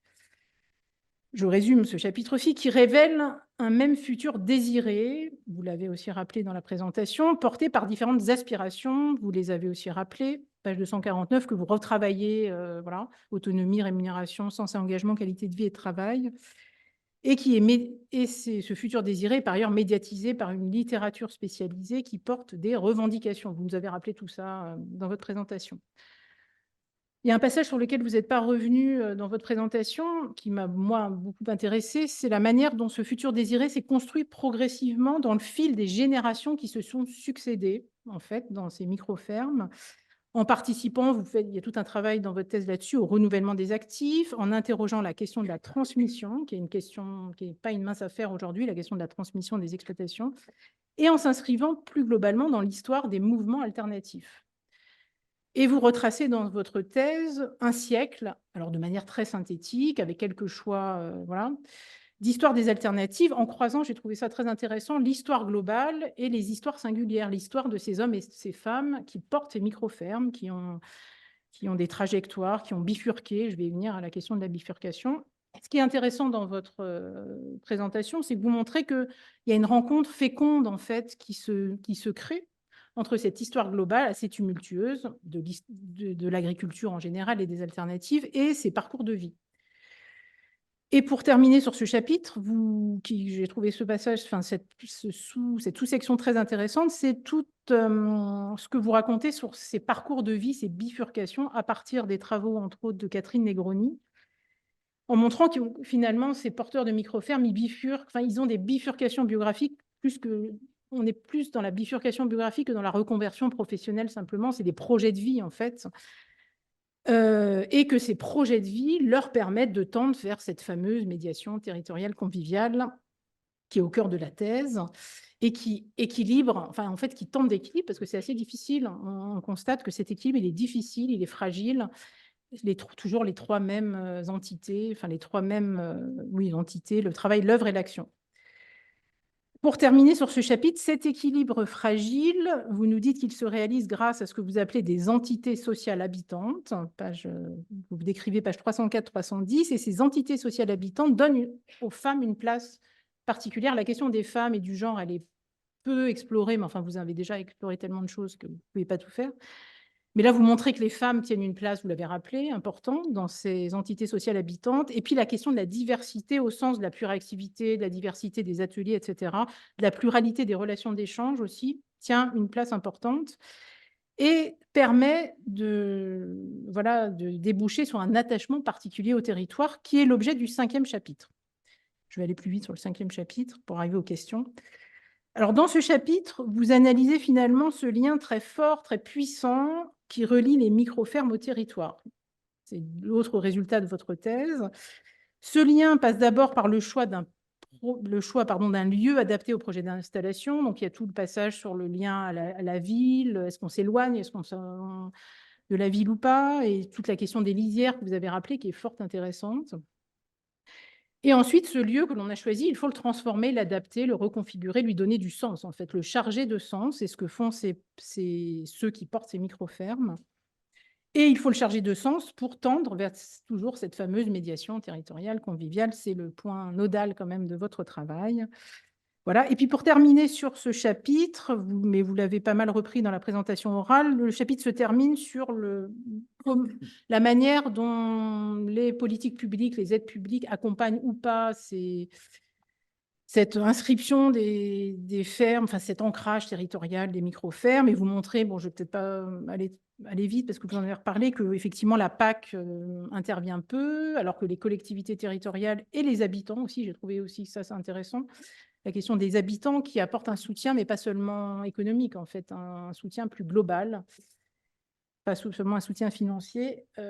Et donc, voilà, le soutien, l'accompagnement vient plutôt des collectivités locales et des habitants du territoire pour déboucher finalement, comme vous le dites, sur une co-construction du territoire, voilà, et une co-construction réciproque, puisque voilà, le territoire construit les micro-fermes ou les micro-fermes permettent au territoire de se perpétuer, bon, c'est pas vraiment le mot, mais voilà, de perdurer, d'être plus durable, on pourrait utiliser ce terme.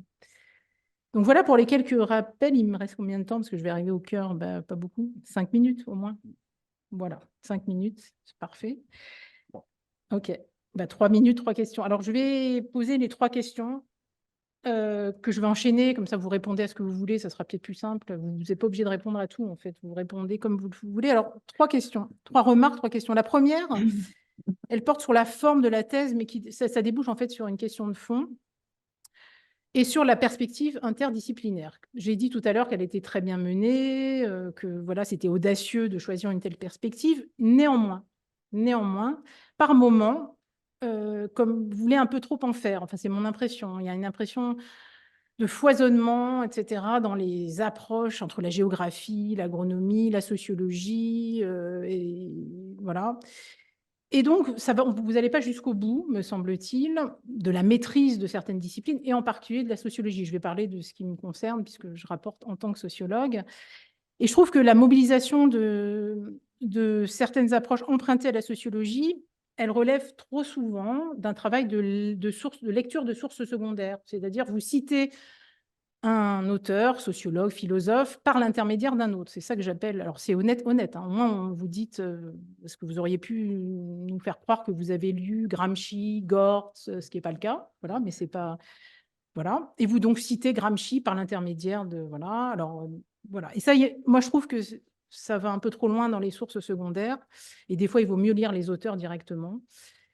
Et donc, j'avais une question voilà, à ce propos. Par exemple, vous ne l'avez pas repris dans votre présentation, mais page 135-136, vous dites que la socio-anthropologie, elle vous a permis de préciser votre approche de terrain, mais de mon point de vue, elle n'est pas vraiment mobilisée dans la thèse. Là c'est pareil, la socio-anthropologie, vous l'abordez de manière secondaire par l'ouvrage de Dupont et Bitoun, Le sacrifice des paysans, qui eux-mêmes citent les travaux de Pierre Bouvier, mais il y a plein d'autres travaux.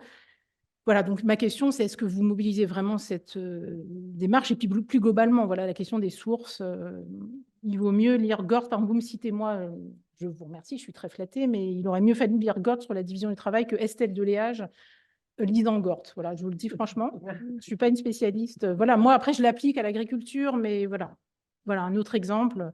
Ou alors, laisser tomber. L'hégémonie, par exemple, le terme d'hégémonie du modèle productiviste, est-ce que c'était la peine d'aller creuser ce terme en allant chercher chez Gramsci, mais qui est travaillé par d'autres? Voilà, je pense que voilà, c'était juste ça. Et, bon, voilà. Deuxième remarque, qui est un peu liée à la première, c'est l'usage de certains termes qui ne sont pas non plus suffisamment travaillés du point de vue des sciences sociales ou de la sociologie. Alors, il y a des termes que vous travaillez, mais vraiment de manière très approfondie. Le terme micro, en même temps, c'est le cœur de votre thèse, hein. Vous prenez toute la distance critique pour l'analyser. Mais parfois, vous utilisez des termes, et j'ai pris un exemple dans le pré-rapport, je vais reprendre cet exemple, mais il y en a d'autres, sans vraiment les expliciter, sans qu'on sache exactement à quoi vous faites référence, et ce n'est pas toujours très clair. Le terme de science, qui est un terme central, hein, le rapport à la science, vous l'utilisez, voilà, j'ai pu faire une recherche automatique, c'est l'avantage des versions dématérialisées, 130 fois. Alors, science au singulier, science au pluriel, science-société. Parfois, ce n'est pas utile de préciser ce que vous entendez par science. Mais ce n'est pas une catégorie homogène, la science. Et puis la science, des fois, en fait, c'est la recherche. Quand vous parlez de la science, c'est la recherche ou c'est un certain rapport à la science. Qu'est-ce que c'est que la science, en fait? Voilà, la science, il y a une histoire des sciences, entre les sciences dites dures et les sciences humaines dites molles. Enfin, il y a déjà tout un... Voilà. Voilà. Donc, plus précisément, par exemple, mais vous pouvez me répondre plus généralement sur le rapport à la science, vous écrivez, par exemple, page 114, vous écrivez que les microfermes ont une relation reconnue, mais pas encore stabilisée avec la science. Moi, je ne sais pas exactement ce que c'est. Ce n'est pas la science, c'est la recherche et un certain type de recherche académique, voilà. Parce qu'en fait, voilà. Et donc, ce n'est pas la science en général. Et puis, je tiens à ma troisième question, qui est la plus importante des trois pour moi, mais vous pouvez répondre comme vous voulez. C'est une question plus politique sur la notion de coexistence des modèles agricoles, qui n'est pas au cœur de votre thèse. Ça fait pas, voilà, au cœur de votre thèse, il y a ce pacte territorial, cette médiation territoriale conviviale, mais quand même, vous répétez plusieurs fois que vous vous appuyez, vous reprenez cette idée qu'il y a une coexistence des modèles agricoles. Voilà, et vous distinguez la coexistence de la coprésence, en nous expliquant que la coexistence permet la confrontation. Vous reprenez les travaux de certains collègues, mon collègue qui est à ta gauche, Pierre Gasselin, qui est à ma gauche, oui, qui est à gauche peut-être, ça j'en sais rien, s'il est à gauche ou à droite. Ça, voilà, c'est une autre question. Voilà. Voilà, et donc, bon, voilà, donc la coexistence. Moi, ce terme me pose problème, vous l'aurez compris, d'où ma question. Vous dites la coexistence en vous appuyant sur d'autres travaux, hein, j'entends, mais c'est à vous que je pose la question. Voilà. La coexistence permet la confrontation, mais moi, de mon point de vue, ce discours de la coexistence, c'est un discours ancien, qui, vous le dites vous-même dans une note de bas de page, page 59, le terme de coexistence, il est aujourd'hui légitime, reconnu, note de bas de page, parce que tout l'appareil, je résume, hein, mais si je résume la note, c'est ça. Alors, il y a un ouvrage collectif qui est lié à une recherche collective, mais tout l'appareil conventionnel de développement agricole l'utilise de manière récurrente. Vous avez fait une recherche statistique. Le ministère de l'Agriculture, les écoles d'ingénieurs agro, etc. Bon, mais ça, pour moi, ce n'est pas une preuve d'une légitimité scientifique. Enfin, je veux dire, ça, c'est au contraire, ça va dans le sens de ce que je veux essayer de dire, c'est que ce discours de la coexistence, il est porté depuis 60 ans ou 70 ans par cet appareil conventionnel de développement agricole, pour ne pas nommer par la FNSEA et l'État, donc, pour co-gérer une politique agricole qui laisse très peu de place, vous le dites dans votre thèse, à ces micro-fermes et plus globalement à l'agroécologie paysanne. Voilà.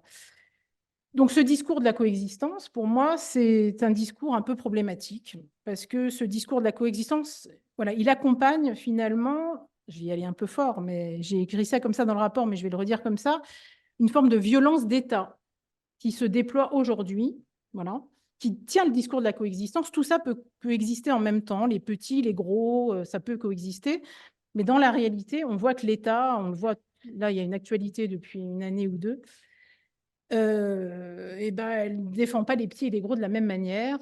Et cette violence d'État, elle se manifeste aussi bien de manière, je l'ai écrit comme ça, mais je vais le dire comme ça, de manière spectaculaire dans la répression des mouvements sociaux. On a vu ce qui s'est passé autour des méga-bassines, autour des soulèvements de la terre. Ce n'est pas votre sujet, mais c'est le même monde. Hein. Voilà. Voilà, dans tous les mouvements de résistance au capitalisme, à l'agro-industrie, elle existe, cette violence d'État, et elle ne s'exerce pas quand il y a des manifestations liées aux mouvements récents contre les normes environnementales. On voit, il ne se passe rien. L'État accompagne même, ou laisse faire, en tout cas, regarde une violence physique, etc. Bon. Et puis cette violence d'État, elle se manifeste aussi de manière silencieuse depuis 70 ans dans une forme d'injonction à la normalisation des pratiques, et en particulier des pratiques alternatives dont les micro-fermes voilà, font partie.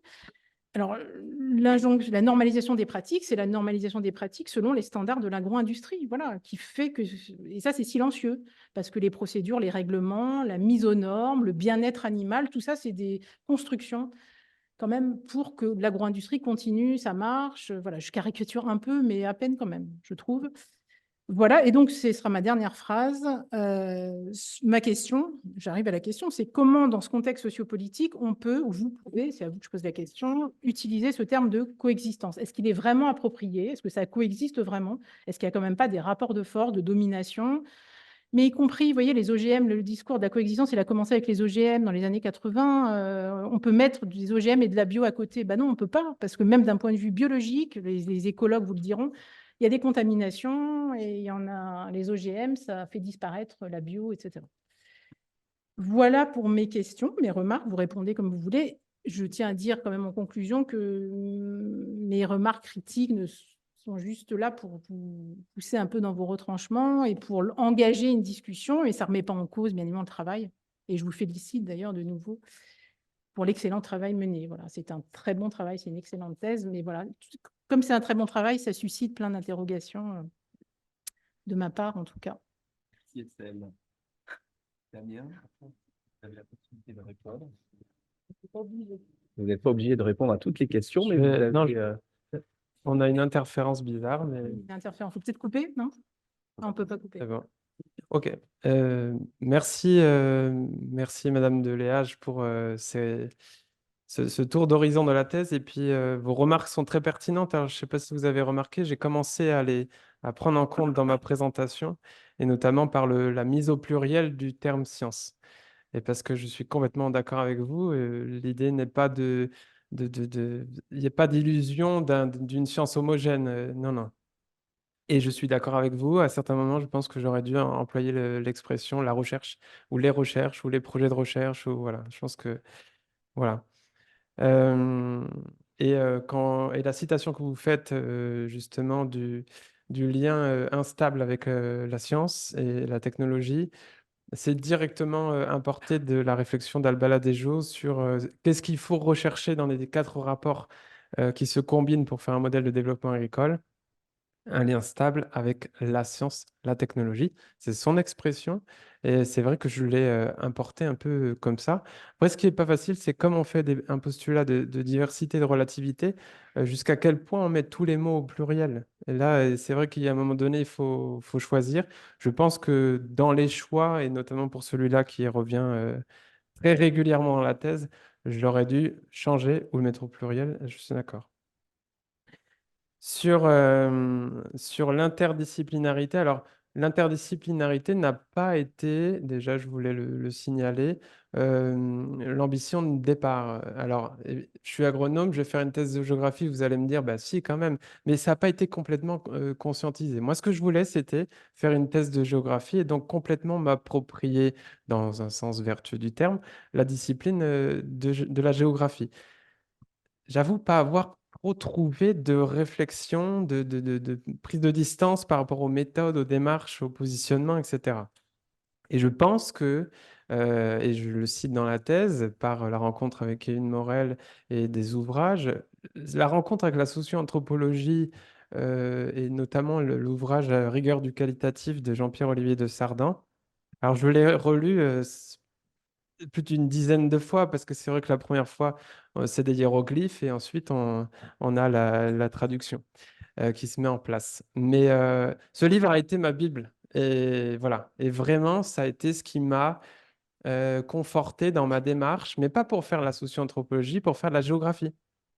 Et moi, quand on me dit, oui, c'est une thèse de géographie en interdisciplinarité, si j'ai un peu raté comment dire, mon inscription en socio-anthropologie, presque tant pis. J'aurais effectivement pu être moins maladroit sur la citation des sources secondaires, ça je suis bien d'accord. Mais il y a aussi eu beaucoup de découvertes qui se sont faites. La thèse est une sédimentation. Il y a un moment donné, on est un peu, on coule dans cette sédimentation, et on doit aller un peu vite. Et je suis d'accord, certains ouvrages auraient mérité de ne pas être cités. Euh, donc la socio-anthropologie, voilà, moi je trouve que ça m'a vraiment rassuré, conforté dans ma démarche, et d'assumer aussi de se dire, bah, en fait, le terrain, ce n'est pas qu'une ferme. Tu as combien de terrains? J'ai 3 terrains parce que j'ai étudié 3 fermes. Ça me posait problème. Et ce que disait Maïté, la crise du Covid m'a enlevé 7 terrains. Oh, et qu'est-ce que je fais? J'ai plus de terrain? Non. J'étais déjà dans une démarche de socio-anthropologie, en tout cas de géographie, qui s'inspire de la socio-anthropologie pour légitimer cette immersion, cette récolte de diversité de données.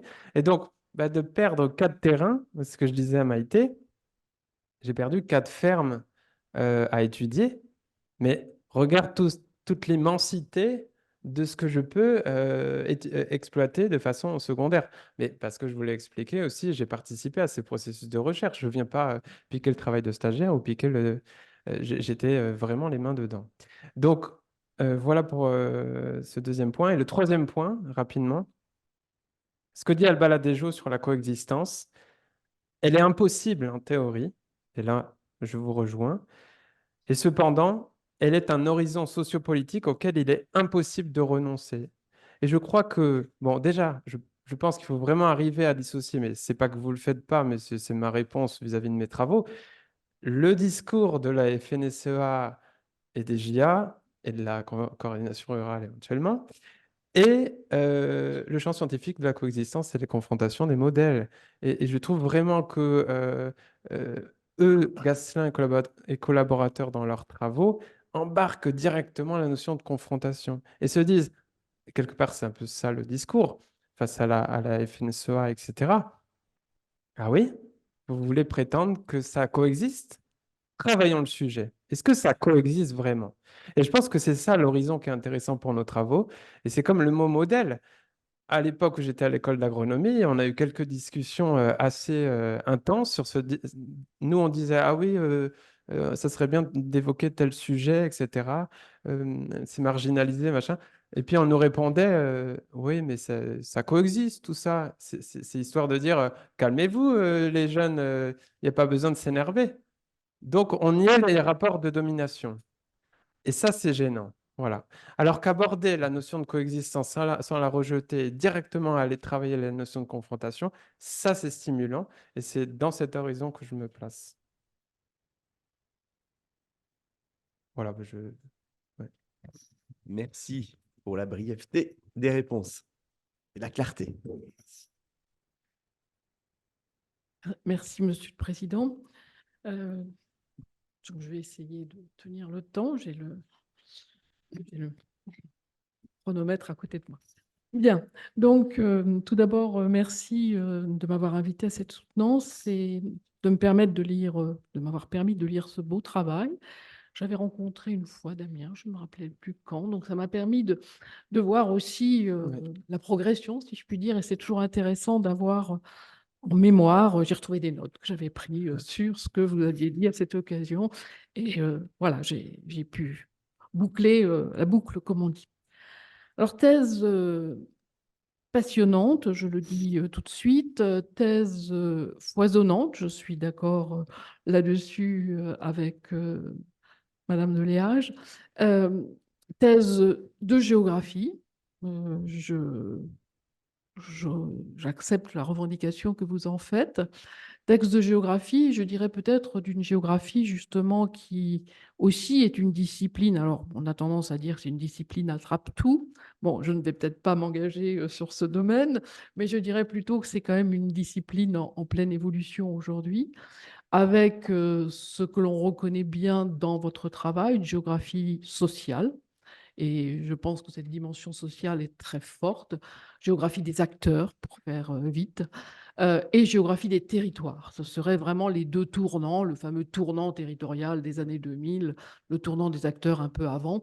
Mais ces deux tournants ont marqué la géographie et ont marqué quand même les autres disciplines, puisqu'aujourd'hui, qui ne parle pas de territoire, hein? Bon, je ferme la parenthèse.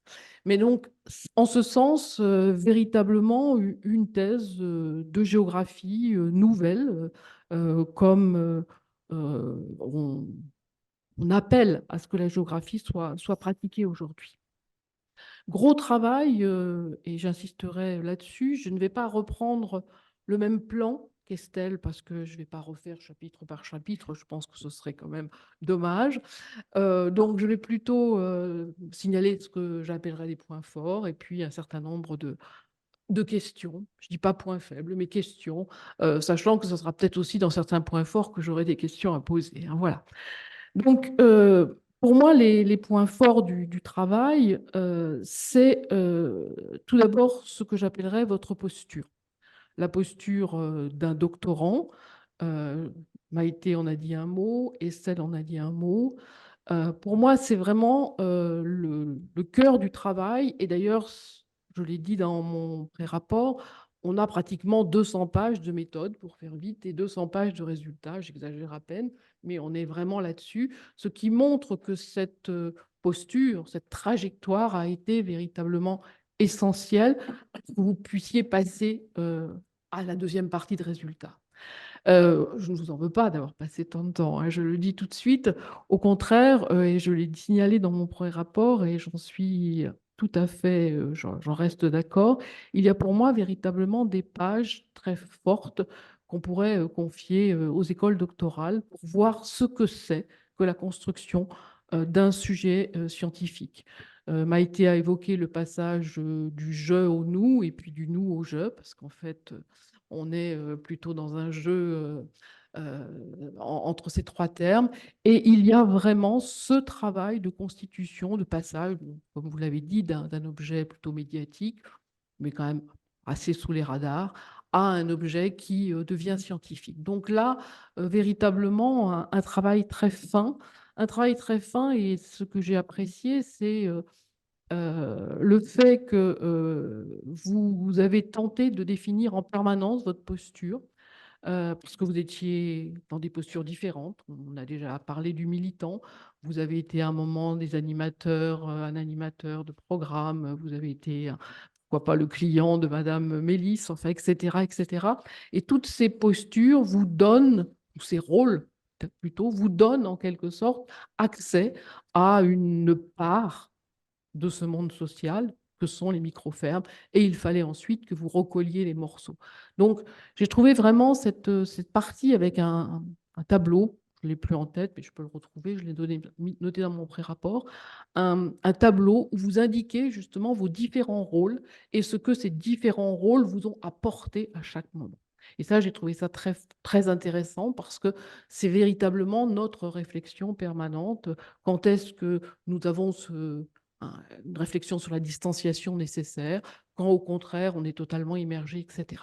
Donc cet aspect méthode, je l'ai trouvé vraiment tout à fait intéressante. Deuxième aspect dans la méthode, alors c'est peut-être parce que bon, mes collègues travaillent beaucoup sur l'agriculture, mais toutes les thèses que je lis ne sont pas d'agriculture, sur l'agriculture, et même celles que je lis sur l'agriculture, en géographie, il y a un certain temps que l'on avait cessé de prendre ses distances par rapport au recensement agricole.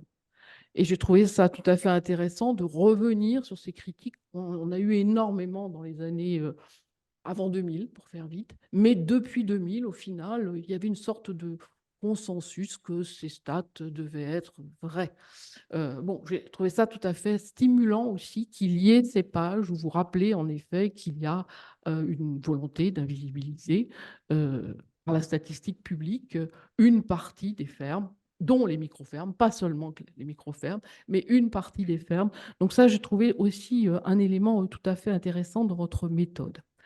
Troisième élément dans la méthode que je retiendrai, c'est ce que vous avez appelé, bien sûr, la recherche-action. Et pour moi, il y a plusieurs types de recherche-action. Et je dirais vraiment que vous avez fait ce que moi j'appelle, d'ailleurs vous employez le terme, une recherche-action légitimante. Vous faites une recherche-action pour légitimer. J'ai employé un autre vocabulaire pour rendre justice. J'ai repris du vocabulaire anglo-saxon, puisque ce serait plutôt le vocabulaire anglo-saxon dans ce cas-là.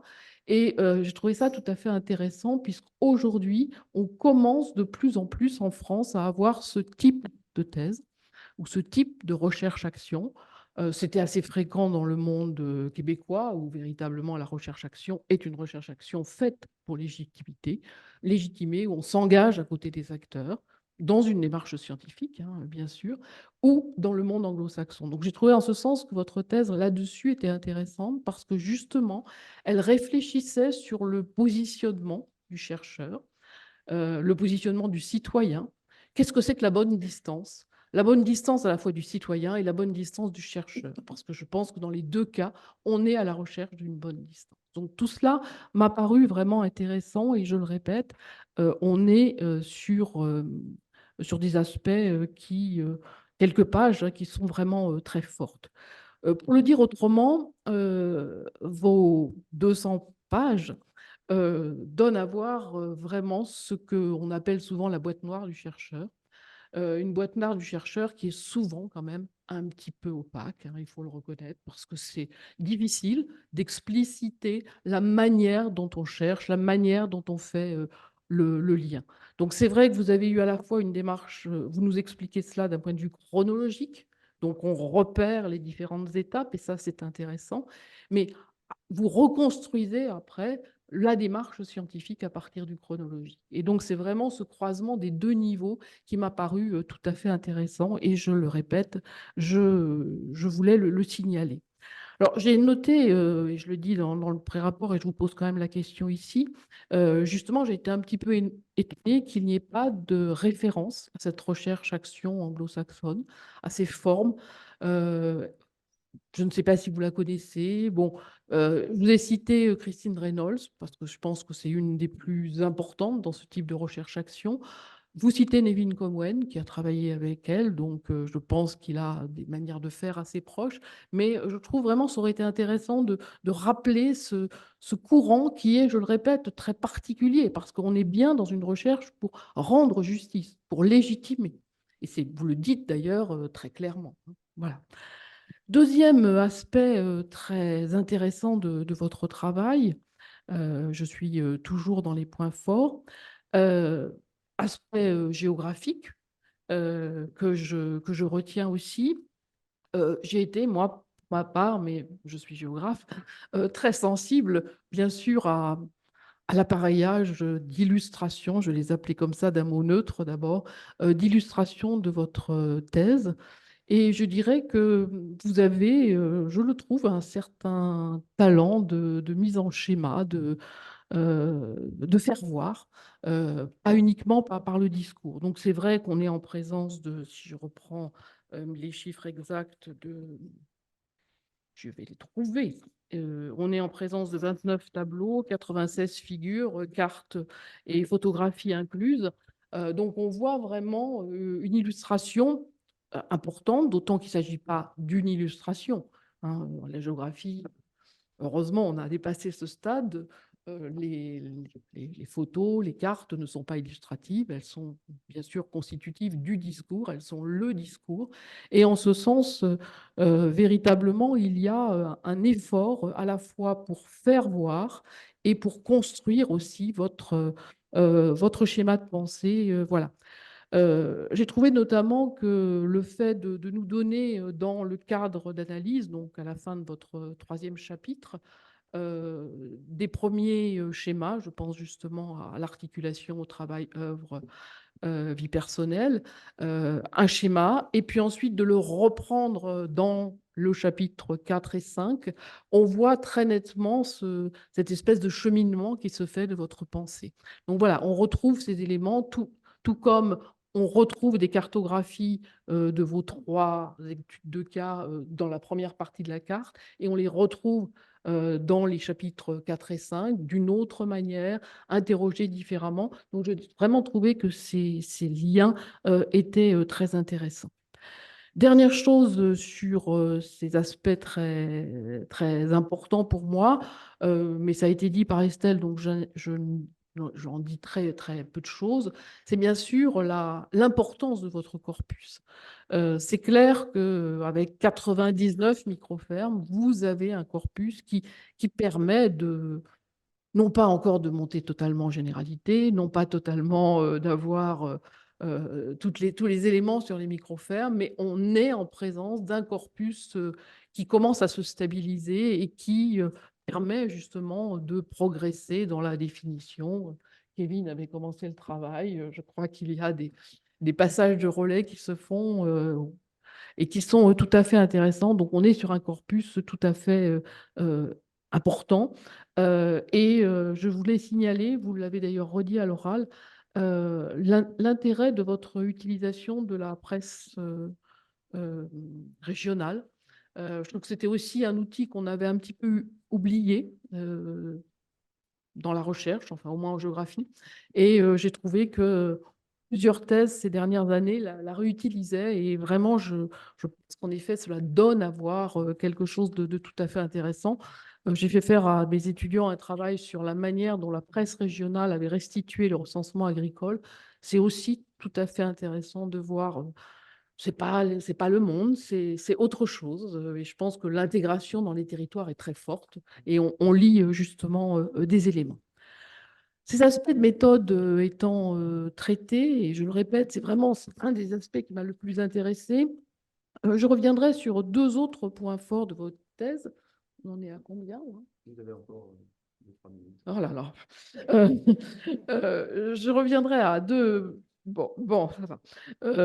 2 autres points forts de votre thèse, mais bon, le premier, je vais peut-être pas trop insister parce que ça a déjà été développé par Estelle. Ce sont bien sûr vos éléments de définition de la microferme ou des microfermes. Je ne vais pas revenir sur le critère de taille. Je pense que vous aurez d'autres interlocuteurs pour évoquer ce critère. Ce qui m'a intéressé, c'est justement le fait que les micro-fermes recensées sont des micro-fermes, comment dirais-je, réclamées par leurs responsables. Il y a, puisque vous avez choisi ce mode de recensement participatif, une adhésion à la notion de micro-ferme de la part de ces responsables. Et j'ai trouvé véritablement cela tout à fait intéressant. Ils se disent micro-ferme, donc on voit très nettement qu'à partir justement de cette revendication personnelle, vous avez essayé de construire la notion de micro-ferme. Donc moi, vraiment, c'est cette entrée qui m'a intéressée et je tenais à la signaler. Deuxième entrée, bien sûr, qui m'a intéressée, et c'est sans doute là-dessus que je vais insister, c'est le rapport au territoire.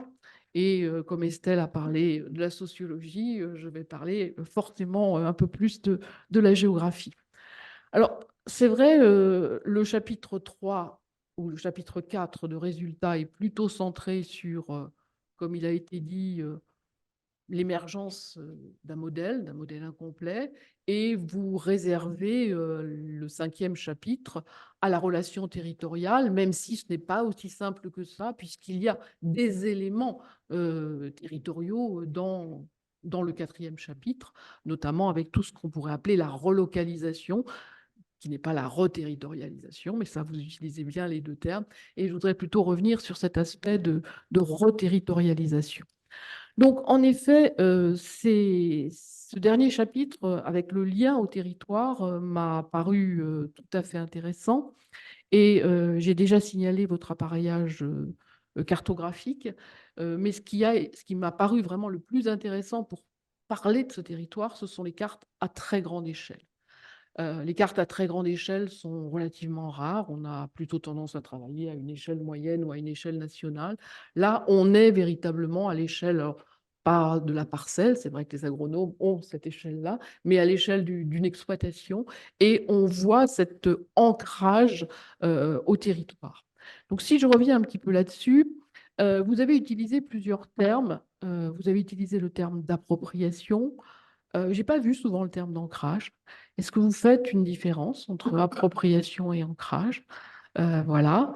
Deuxième question que je poserais bien, c'est, je l'ai dit dans le pré-rapport, et là-dessus j'aimerais vous entendre, vous êtes revenu sur les lieux, donc je vais laisser tomber mes géosymboles ou mes hauts lieux, puisque vous en avez parlé. Mais c'est vrai que dans cette troisième partie, dans ce dernier chapitre, excusez-moi, je me suis posé la question du passage du lieu au territoire. Vous outillez parfaitement le lieu. On le voit, sa réorganisation, sa réorientation, la manière dont les marges fonctionnent, etc. Mais ensuite, comment ça se passe en quelque sorte aux autres échelles, hein, j'utilise mon vocabulaire de géographe.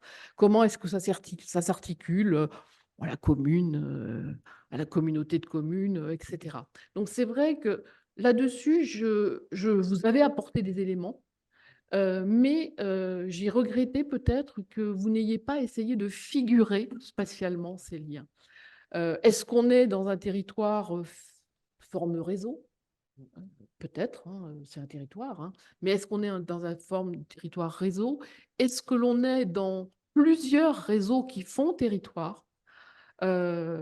J'avais lancé l'hypothèse d'un modèle territorial original de ces micro-fermes, multisitués, multi-réseaux, et je trouve que vous aviez les éléments pour le faire. Et puis peut-être ce qui m'a manqué, mais voilà, on n'allait peut-être pas rajouter cela, c'est que la partie sur la manière dont les habitants, les consommateurs, les citoyens considèrent la micro-ferme est assez peu. Voilà. Et c'est vrai que prendre place dans un territoire, ce qui est bel et bien l'ancrage territorial, faire avec un territoire, c'est aussi voir comment les autres réagissent. Vous avez indiqué qu'ils les soutiennent, mais au-delà, est-ce que l'on pouvait avoir Je suppose que vous avez des verbatims en plus, hein. On aurait pu, je pense, avoir quelques verbatims qui auraient soutenu cela. Donc, je m'arrêterai là parce que voilà. J'avais une dernière question, mais je la laisserai de côté. Je voulais encore vous remercier pour ce beau travail et j'espère que ça donnera lieu encore que ça donnera lieu à des publications, surtout. Voilà. Merci beaucoup, Madame Poulot, Ouais, c'est difficile. pour vos remarques et vos questions. Euh, et peut-être que votre dernière question était sur le genre, j'imagine. Voilà. Mais on aura peut-être l'occasion d'y... Oui, c'est ça. Ouais. Voilà. Alors, il faut que je trouve mon angle. Non, peut-être je vais faire un ordre déchronologique sur ce que vous venez de dire à l'instant, le passage du lieu au territoire. Bon, je pense qu'effectivement, et j'avais la matière de figurer les réseaux. Et en plus, c'est assez incroyable et là aussi foisonnant ces réseaux. Euh, je pense que c'est juste dû au fait d'une écriture qui s'est densifiée là les derniers mois et que à un moment donné, il fallait poser le stylo. Mais je l'avais effectivement cette matière et elle aurait pu complètement compléter, puisque comme je disais, oui, il y a les trois figures de base, le lieu, l'air et les réseaux. Et c'est vrai que je me suis focalisé sur les lieux, et parce que aussi je sentais que c'est vraiment le cœur de la, pas de la matrice, mais voilà. Et on peut parler de matrice aussi, hein, mais la notion de réseau, elle est aussi très forte. Et ça, c'est vraiment, alors en fait, ça pourra faire l'objet d'une publication, mais c'est vraiment quelque chose à approfondir. Sur la question de la recherche-action légitimante, bon, là, effectivement, j'en ai beaucoup parlé dans ma thèse sur ma posture, mon positionnement, son évolution. Je sais qu'en tant que... moi, j'aime pas me dire militant parce que c'est une étiquette, c'est bloquant, c'est... Voilà. Euh, Ça a été difficile aussi hein, de vivre une étiquette qu'on vous colle sur la tête, alors que moi, juste, je voulais faire avancer des questions et soutenir des gens, voilà et que je le développe dans un encadré. Pour moi, on me dit je fais une recherche engagée. Pour moi, toute recherche est engagée. C'est juste qu'on n'a pas conscientisé à quoi on s'engage. Moi, j'ai conscientisé que je m'engageais dans cette voie. Voilà.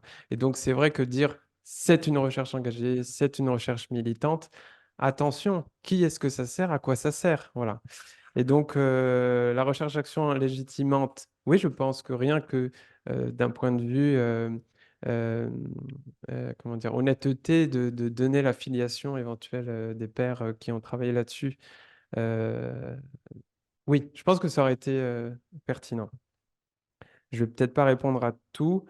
Euh, et la notion d'ancrage, alors moi, je l'ai vraiment éludé. Je suis passé très vite là-dessus. J'ai juste dit que l'ancrage était la résultante de l'insertion territoriale.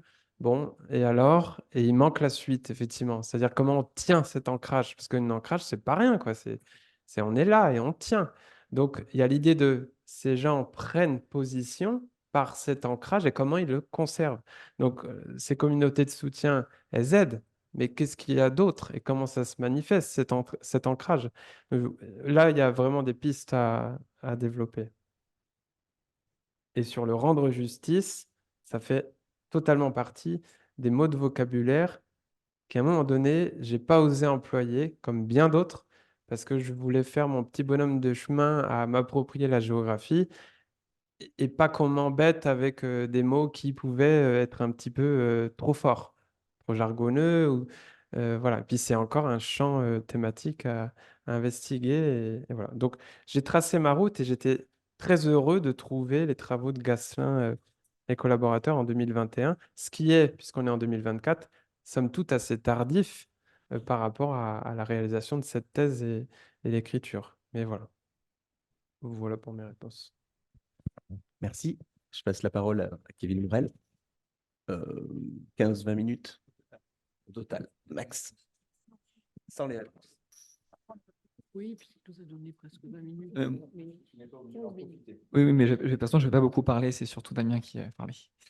Bon, bah, merci beaucoup pour l'invitation et Bah, c'était un vrai plaisir de lire ta thèse, surtout sur un sujet qu'on connaît un petit peu. Du coup, j'ai beaucoup aimé tout ce qui a déjà été dit, hein, le recul historique sur le sujet, le fait que tu resitues aussi les micro-fermes par rapport à des dynamiques alternatives dans le temps, qu'il y a pas mal de choses. Enfin, je n'ai pas tout listé, mais j'ai bien aimé aussi le fait que tu questionnais les concepts de néo-paysans, de Nîmes, etc. J'ai appris plein de choses, même des choses anecdotiques, mais j'ai par exemple appris que j'avais pas relevé que Dominique Soltner avait fait l'introduction de Permaculture One et Ah oui. j'ai trouvé ça super. Je suis retourner aller voir dans le bouquin. J'ai dit, ah, mais c'est vrai. Donc merci pour ça. Et j'ai bien aimé aussi que bon, on sorte du maraîchage et que la notion de micro, tu la sortes uniquement de la taille et que tu la relis à la question de proportion, à la fois de proportion, l'homme par rapport à ce qui l'entoure, aussi de proportion entre les différentes dimensions d'une vie. Voilà, donc personnellement, ça me fait écho à la notion à la pensée de Midi d'Albert Camus, je ne sais pas si tu connais. Mais en tout cas, bon, c'était dans d'autres contextes, hein, mais c'est le fait de ne pas subir la démesure et chercher la mesure, hein. Il s'inspire de la mesure chez les Grecs. Et c'est une pensée des limites face au gigantisme et à la marche écrasante de l'histoire. Donc, je trouvais, voilà, parce que sinon, ce n'est pas une agriculture de midi, les micro-fermes. Donc, en tout cas, je trouvais ça très intéressant. Et donc, voilà, j'ai 15 pages de questions ou des choses que j'ai envie de discuter, mais il faudra qu'on aille prendre un café un jour. Mais donc, je vais me focaliser sur quelques questions. Juste un tout petit point donc j'ai vraiment adoré, j'ai trouvé ça super. Un tout petit point qui m'a un peu laissé sur ma faim, c'est qu'effectivement, tu ouvres beaucoup la boîte noire du chercheur, mais tu ouvres peu la boîte noire de l'analyse des données. C'est-à-dire qu'il y a plein de moments où tu affirmes des choses et on sait bien, on a vu que tu as beaucoup de données, que tu étais imprégné, mais tu donnes les données, tu donnes les résultats et des fois, la mécanique de l'analyse m'a un peu manqué. Je prends juste un exemple, page 248, tu regardes les aspirations, les motivations, les objectifs, tu dis, bah voilà, finalement, les aspirations, la thèse de Kevin Morel sont très pertinentes, merci beaucoup. Mais tu dis, mais comment tu l'as fait? Est-ce que tu as pris, toi, à part les 99 micro-fermes, tu as fait ton tableau et après tu as comparé? Ou est-ce que tu as pris le tableau et tu as essayé de mettre les micro-fermes dedans? Enfin, comment tu as fait? Et après, tu dis oui, on a rajouté d'autres dimensions, par exemple l'équilibre vie familiale, vie professionnelle. Et tu dis carcité avec insistance par certains responsables. Est-ce que c'est 3? Est-ce que c'est 10? Est-ce que c'est 15? Est-ce que c'est 2? Enfin, oui, il y a plein de moments où voilà, j'aurais bien aimé plus savoir il y en a tant, j'ai analysé comme ça, j'ai vu des codages, avoir la mécanique de l'analyse. Après, parce que je suis agronome, je suis un peu plus bas de plafond, mais j'aime bien les choses ancrées. Voilà. Donc, c'est tout. C'est juste le petit point. Donc, maintenant, je vais aller sur les questions tout de suite. Alors, j'ai 5 questions, donc je vais te laisser du temps. La première, c'est que tu cites Alain Bédejo qui postule pour un même type de médiation territoriale, on peut développer une diversité de systèmes de production, mais qu'en fait, ce n'est pas très intéressant de rentrer dans le système de production. C'est juste un descripteur agronomique, mais ça ne préjuge pas d'une différenciation en termes de médiation territoriale. Je ne suis pas d'accord avec ça. Donc, j'aimerais savoir comment tu te positionnes. Par exemple, en tant qu'agronome, je prends 3 micro-fermes. Cas 1, une micro-ferme maraîchère à la Jean-Martin Fortier qui utilise des variétés hybrides et des engrais organiques. Fortier, c'est des hybrides et des engrais organiques pour produire craché par unité de surface. Cas 2, une autre micro-ferme maraîchère qui fait ses plants de variétés population et qui utilise du fumier de bovin. Troisième micro-ferme, la même maraîchère, elle fait ses plants, mais elle fait uniquement de la fertilisation végétale, comme on fait en Angleterre, des maraîchages vegan. Donc, tous les trois, si tu les regardes en termes de médiation territoriale, ils peuvent avoir la même volonté d'avoir un équilibre entre leur action, leur œuvre, leur travail, s'inscrire dans un paradigme d'agriculture conviviale. Mais derrière, ce n'est pas le même monde socio-technique qu'il y a derrière. Dans l'engrais organique, derrière, il y a des producteurs d'engrais, il y a des variétés hybrides, donc il y a un monde de la sélection génétique. Dans le cas 2, il y a de la vache, donc ça veut dire qu'il y a un monde avec de l'élevage, avec des interactions avec de l'élevage. Et dans le troisième, c'est de la fertilisation végane, donc c'est un monde où les animaux ont une autre place. Et donc pour moi, aller dans le système technique, c'est important. Voilà, donc si tu devais y aller dans ces micro-fermes, est-ce que tu as vu est-ce que tu pourrais faire des archétypes à partir des systèmes techniques pour rentrer, parce que finalement, au de ma question, je trouve que tu montres les différents archétypes. Pour moi, l'intérêt d'un archétype, c'est de permettre de discriminer le réel, Mais en fait, tu nous montres plein d'archétypes et après, tu dis, en fait, quasiment toutes mes fermes sont dans un seul archétype. Donc, du coup, à quoi sert cet archétype? Est-ce qu'il n'est pas discriminant? Du coup, si tu devais prendre et essayer d'explorer et de caractériser ces 99 fermes qui te restent, sur quoi on pourrait faire des micro-archétypes à l'intérieur de l'archétype? Et sur quoi, quelles seraient les dimensions importantes à prendre en compte? Donc, ça, c'est ma première question.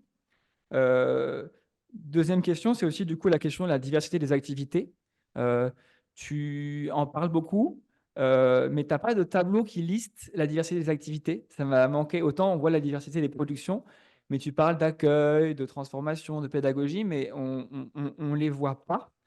Et pareil, est-ce que on ne pourrait pas faire des sous-catégories ou sous-archétypes en fonction de l'articulation entre ces productions et les systèmes d'activité? Parce que je pense que ça a plein d'impacts. À un moment donné, tu dis, et c'est très vrai, hein, que les micro-fermes, c'est des lieux ouverts, mais tu donnes des exemples de, ah ben, il y a des moments, par contre, on ferme la porte parce qu'on a besoin d'être tranquille sur le mode de production, on n'a pas envie que les Amapiens viennent nous embêter.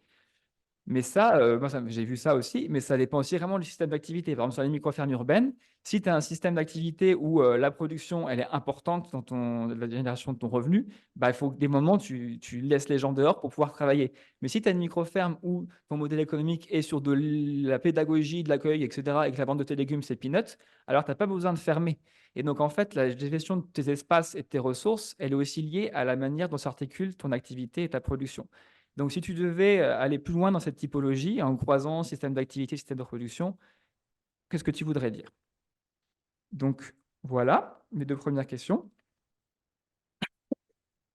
Troisième question, tu dis qu'elles sont toutes beaucoup dans la volonté d'essaimage et pas de réplication. Tu n'as pas rencontré dans le milieu médiatique des gens qui voulaient faire des modèles de micro-fermes à répliquer partout, des startups qui voulaient faire de la micro-ferme, des micro-fermes robotisées, des micro-fermes, on te dit, bah voilà, la micro-ferme, c'est 1 hectare avec tant de pourcentage de serre, on va pouvoir la dépliquer partout et on va aller voir les collectivités pour leur proposer notre modèle de micro-ferme. Est-ce que la micro-ferme réplicable n'existe pas? Tu ne l'as pas vue chez toi? Enfin, comment tu te positionnes? Est-ce qu'en Gironde, elle n'a pas réussi à passer la Garonne? Je ne sais pas, mais en tout cas, comment tu te positionnes par rapport à ce modèle micro-ferme de la Startup Nation? Il y a des startups micro-fermes aussi. Voilà. Quatrième question. Comment ces gens vont faire quand ils vont partir à la retraite? Le modèle de la retraite agricole, c'est une retraite par capitalisation. En gros, on va vendre notre salle de retraite, notre foncier de machin, et donc on va pouvoir avoir un peu de fonds pour survivre quand on sera à la retraite. Si on n'a pas beaucoup de foncier, pas beaucoup de matériel, et comment on vit à la retraite? Quelles sont les stratégies pour survivre à la retraite quand on part d'une micro-ferme? Ouais, et je vais m'arrêter là. Ah, c'est frustrant. La Ah cinquième. bah si tu réponds, s'il reste du temps, je pourrais finir. Ouais. J'ai le temps de répondre. Il faut que je réponde à tout alors. C'est ça. Bon. J'ai pas la cinquième alors. On la laisse de côté. On verra ça. Bah, la cinquième, je vais la poser, on en verra certains. C'est à quoi ça sert d'employer le terme micro-ferme? Est-ce que petite ferme paysanne, ça suffirait pas? Et quand tu revois par exemple les tracts de la conf sur il faut reconnaître les petites fermes paysannes, est-ce que ça suffit pas? Est-ce que ça fait pas encore de la division d'utiliser le terme micro-ferme? J'ai bien fait de te poser la question de cette dernière question. Alors, sur, sur la boîte noire, je vais commencer hors des questions, tant qu'à faire. Ça va me laisser le temps de réfléchir à la suite. Effectivement, oui, j'ai pas mis au jour cette boîte noire de l'analyse des données. Alors juste, je voulais mentionner que durant l'année du Covid, je ne me suis pas tourné les pouces, j'ai mené une analyse de l'intégrité des données produites dans le cadre du programme MicroAgri. Et ça, c'est vraiment quelque chose qui n'apparaît quasiment pas, et je vous le cite, hein, comment on fait, enfin, j'ai fait une analyse, comment je l'ai fait, et en fait, l'idée, c'était de la mettre en annexe. Bon, c'était un lourd travail et elle n'est pas en annexe, mais c'est un travail qui a été mené et qui rentre dans la précision des données et qu'est-ce qu'elles racontent, en quoi elles sont utilisables qualitativement. Voilà. Et donc ça, c'est vraiment un travail, je pense qu'il faut finir pour le valoriser et ça viendra compléter pour l'analyse des données. Sur les aspirations, motivations, Oui, effectivement, c'est bien que tu poses la question parce que j'étais prêt à effectivement enlever cette partie parce que j'ai pas eu le temps de mettre comment dire, de rendre qualitatif l'expression de, voilà, du cheminement et voilà.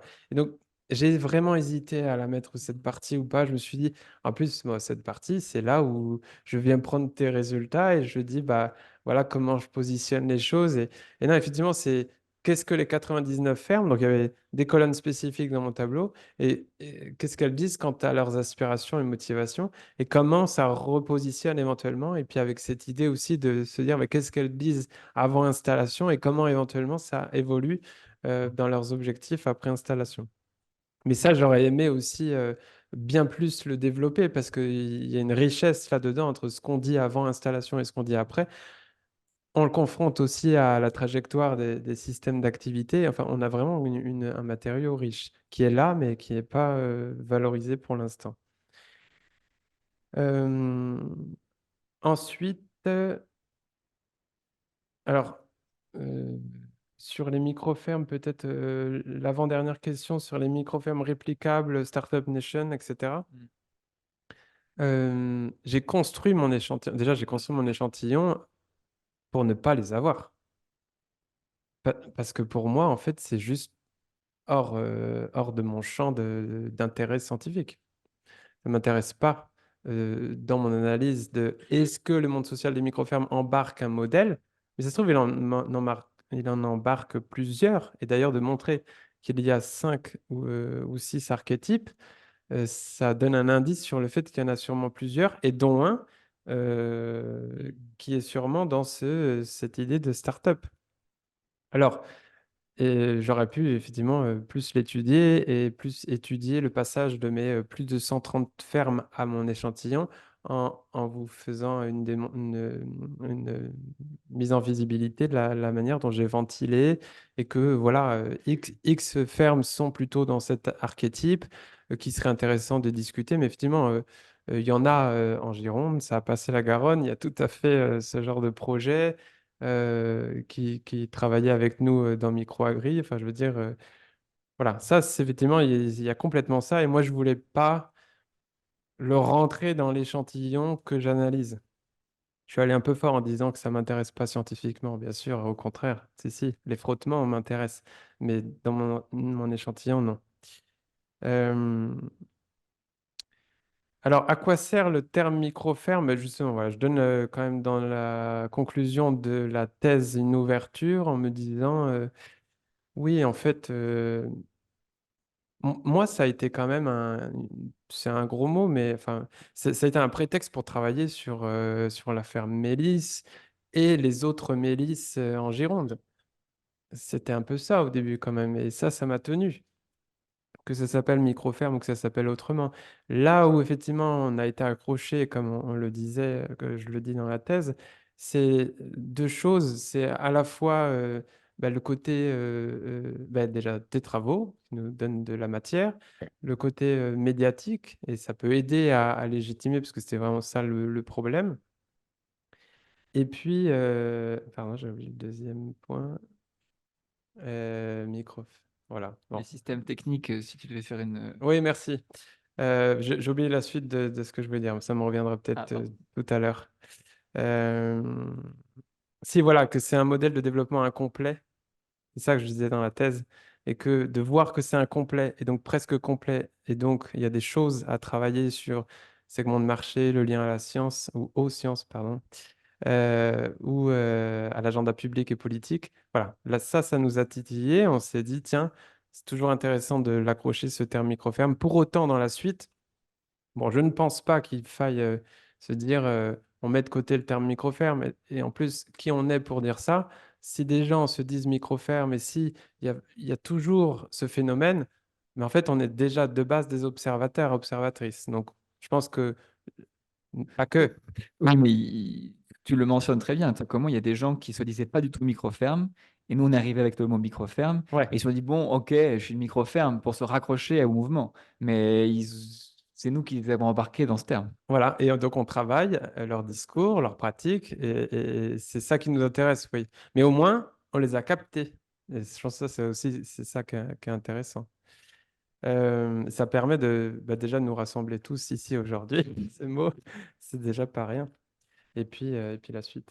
Euh, sur, alors sur la retraite, j'avoue, là, c'est un sujet qui est vraiment pas évident. Ouais, là, c'est costaud, hein. Et ça fait peur, hein. Ça fait vraiment peur. J'avoue que là, C'était juste pour dire que je trouve que on n'en parle pas. Et pour ouais. moi, de plus en plus, je me dis, mais en fait, c'est un problème majeur, Mm. la retraite de ces petites agricultures. Et je trouve Ouais. que qui s'en empare, c'est plus une suggestion pour la suite, quoi. Ouais, ouais. Bah, voilà. J'avoue que il y aura sûrement des choses à dire, mais moi, c'est juste une très forte, très, très forte inquiétude et donc un front de recherche un peu quand même urgent. De recherche-action, il faut mobiliser effectivement les pouvoirs publics aussi. Sur la question quant au système de production, bon, je pense déjà que quand Albala Dejo dit on peut avoir différents systèmes de production pour un même type de médiation, euh, je pense que c'est beaucoup. On peut avoir, qu'est-ce que j'ai dit? Non, on peut avoir différents systèmes de production pour un même type de médiation. C'est beaucoup lié aux ateliers. Se dire que on peut avoir une diversité d'ateliers, une diversité de combinaisons, mais je crois il faudrait en discuter plus précisément avec lui, mais je crois qu'il ne va pas dans la précision de variété F1, variété population. Et pourtant, c'est le cœur du sujet, un des cœurs du sujet, il est là. Et effectivement, ça va distinguer juste le futur désiré, par exemple, hein. C'est vrai que de continuer à être dépendant ou quoi, donc ça pose la question de l'autonomie dans le système technique, et je suis d'accord. Et je pense d'ailleurs que j'aurais dû peut-être proposer, parce que dans les travaux d'Albala, déjà, je n'ai pas trouvé de précision sur quand il dit ça, qu'est-ce qu'il dit vraiment, la définition du système de production selon ses travaux.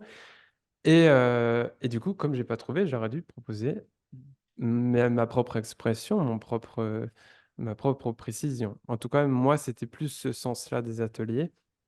Et je suis complètement d'accord avec tout ce que tu viens de dire. C'est que oui, Fortier, dans ce qu'il propose, alors je ne savais pas qu'il y avait cette idée d'hybride et engrais, fortement questionnant. Et donc, ça le positionne dans un autre archétype, effectivement, que d'autres qui peuvent utiliser des semences population. Et futur désiré, c'est forcément lié. Euh, voilà, moi je prends au vol la proposition de travailler sur des micro-archétypes. Enfin, j'appellerais pas ça micro-archétype. On va se sortir du micro, mais voilà. Et micro, oui, oui, sortir du critère de surface pour aller vers un rapport proportionné à la dimension de nos activités. Ça a été vraiment quelque chose, je crois que je le dis pas beaucoup dans la thèse, mais ah si, je le dis, mais j'aurais pu plus le dire sur la filiation théorique liée aux philosophes Ivan Illich, Olivier Rey, Léopold de Cor. Voilà, c'est vraiment dans cette filiation il m'a fallu du temps pour l'assumer aussi, d'oser le dire. C'est comme ça, dans certaines instances. Parler d'Illich, je sais pas, j'avais l'impression que c'était un peu à côté ou voilà. Et j'étais vraiment ravi de trouver que cette intuition, au final, que j'avais mis un peu de côté, se retrouve dans la mobilisation de l'outil conceptuel, la médiation territoriale. Et je me dis, tiens, bon, il y avait quelque chose déjà qui était plutôt pertinent dans cette intuition. Voilà. Merci. Pas de remarques supplémentaires. On va pouvoir faire peut-être une petite pause. Avant de passer la parole à Nicolas, qui donne 5 minutes. 5 minutes. 5 minutes. Voilà. On va reprendre effectivement.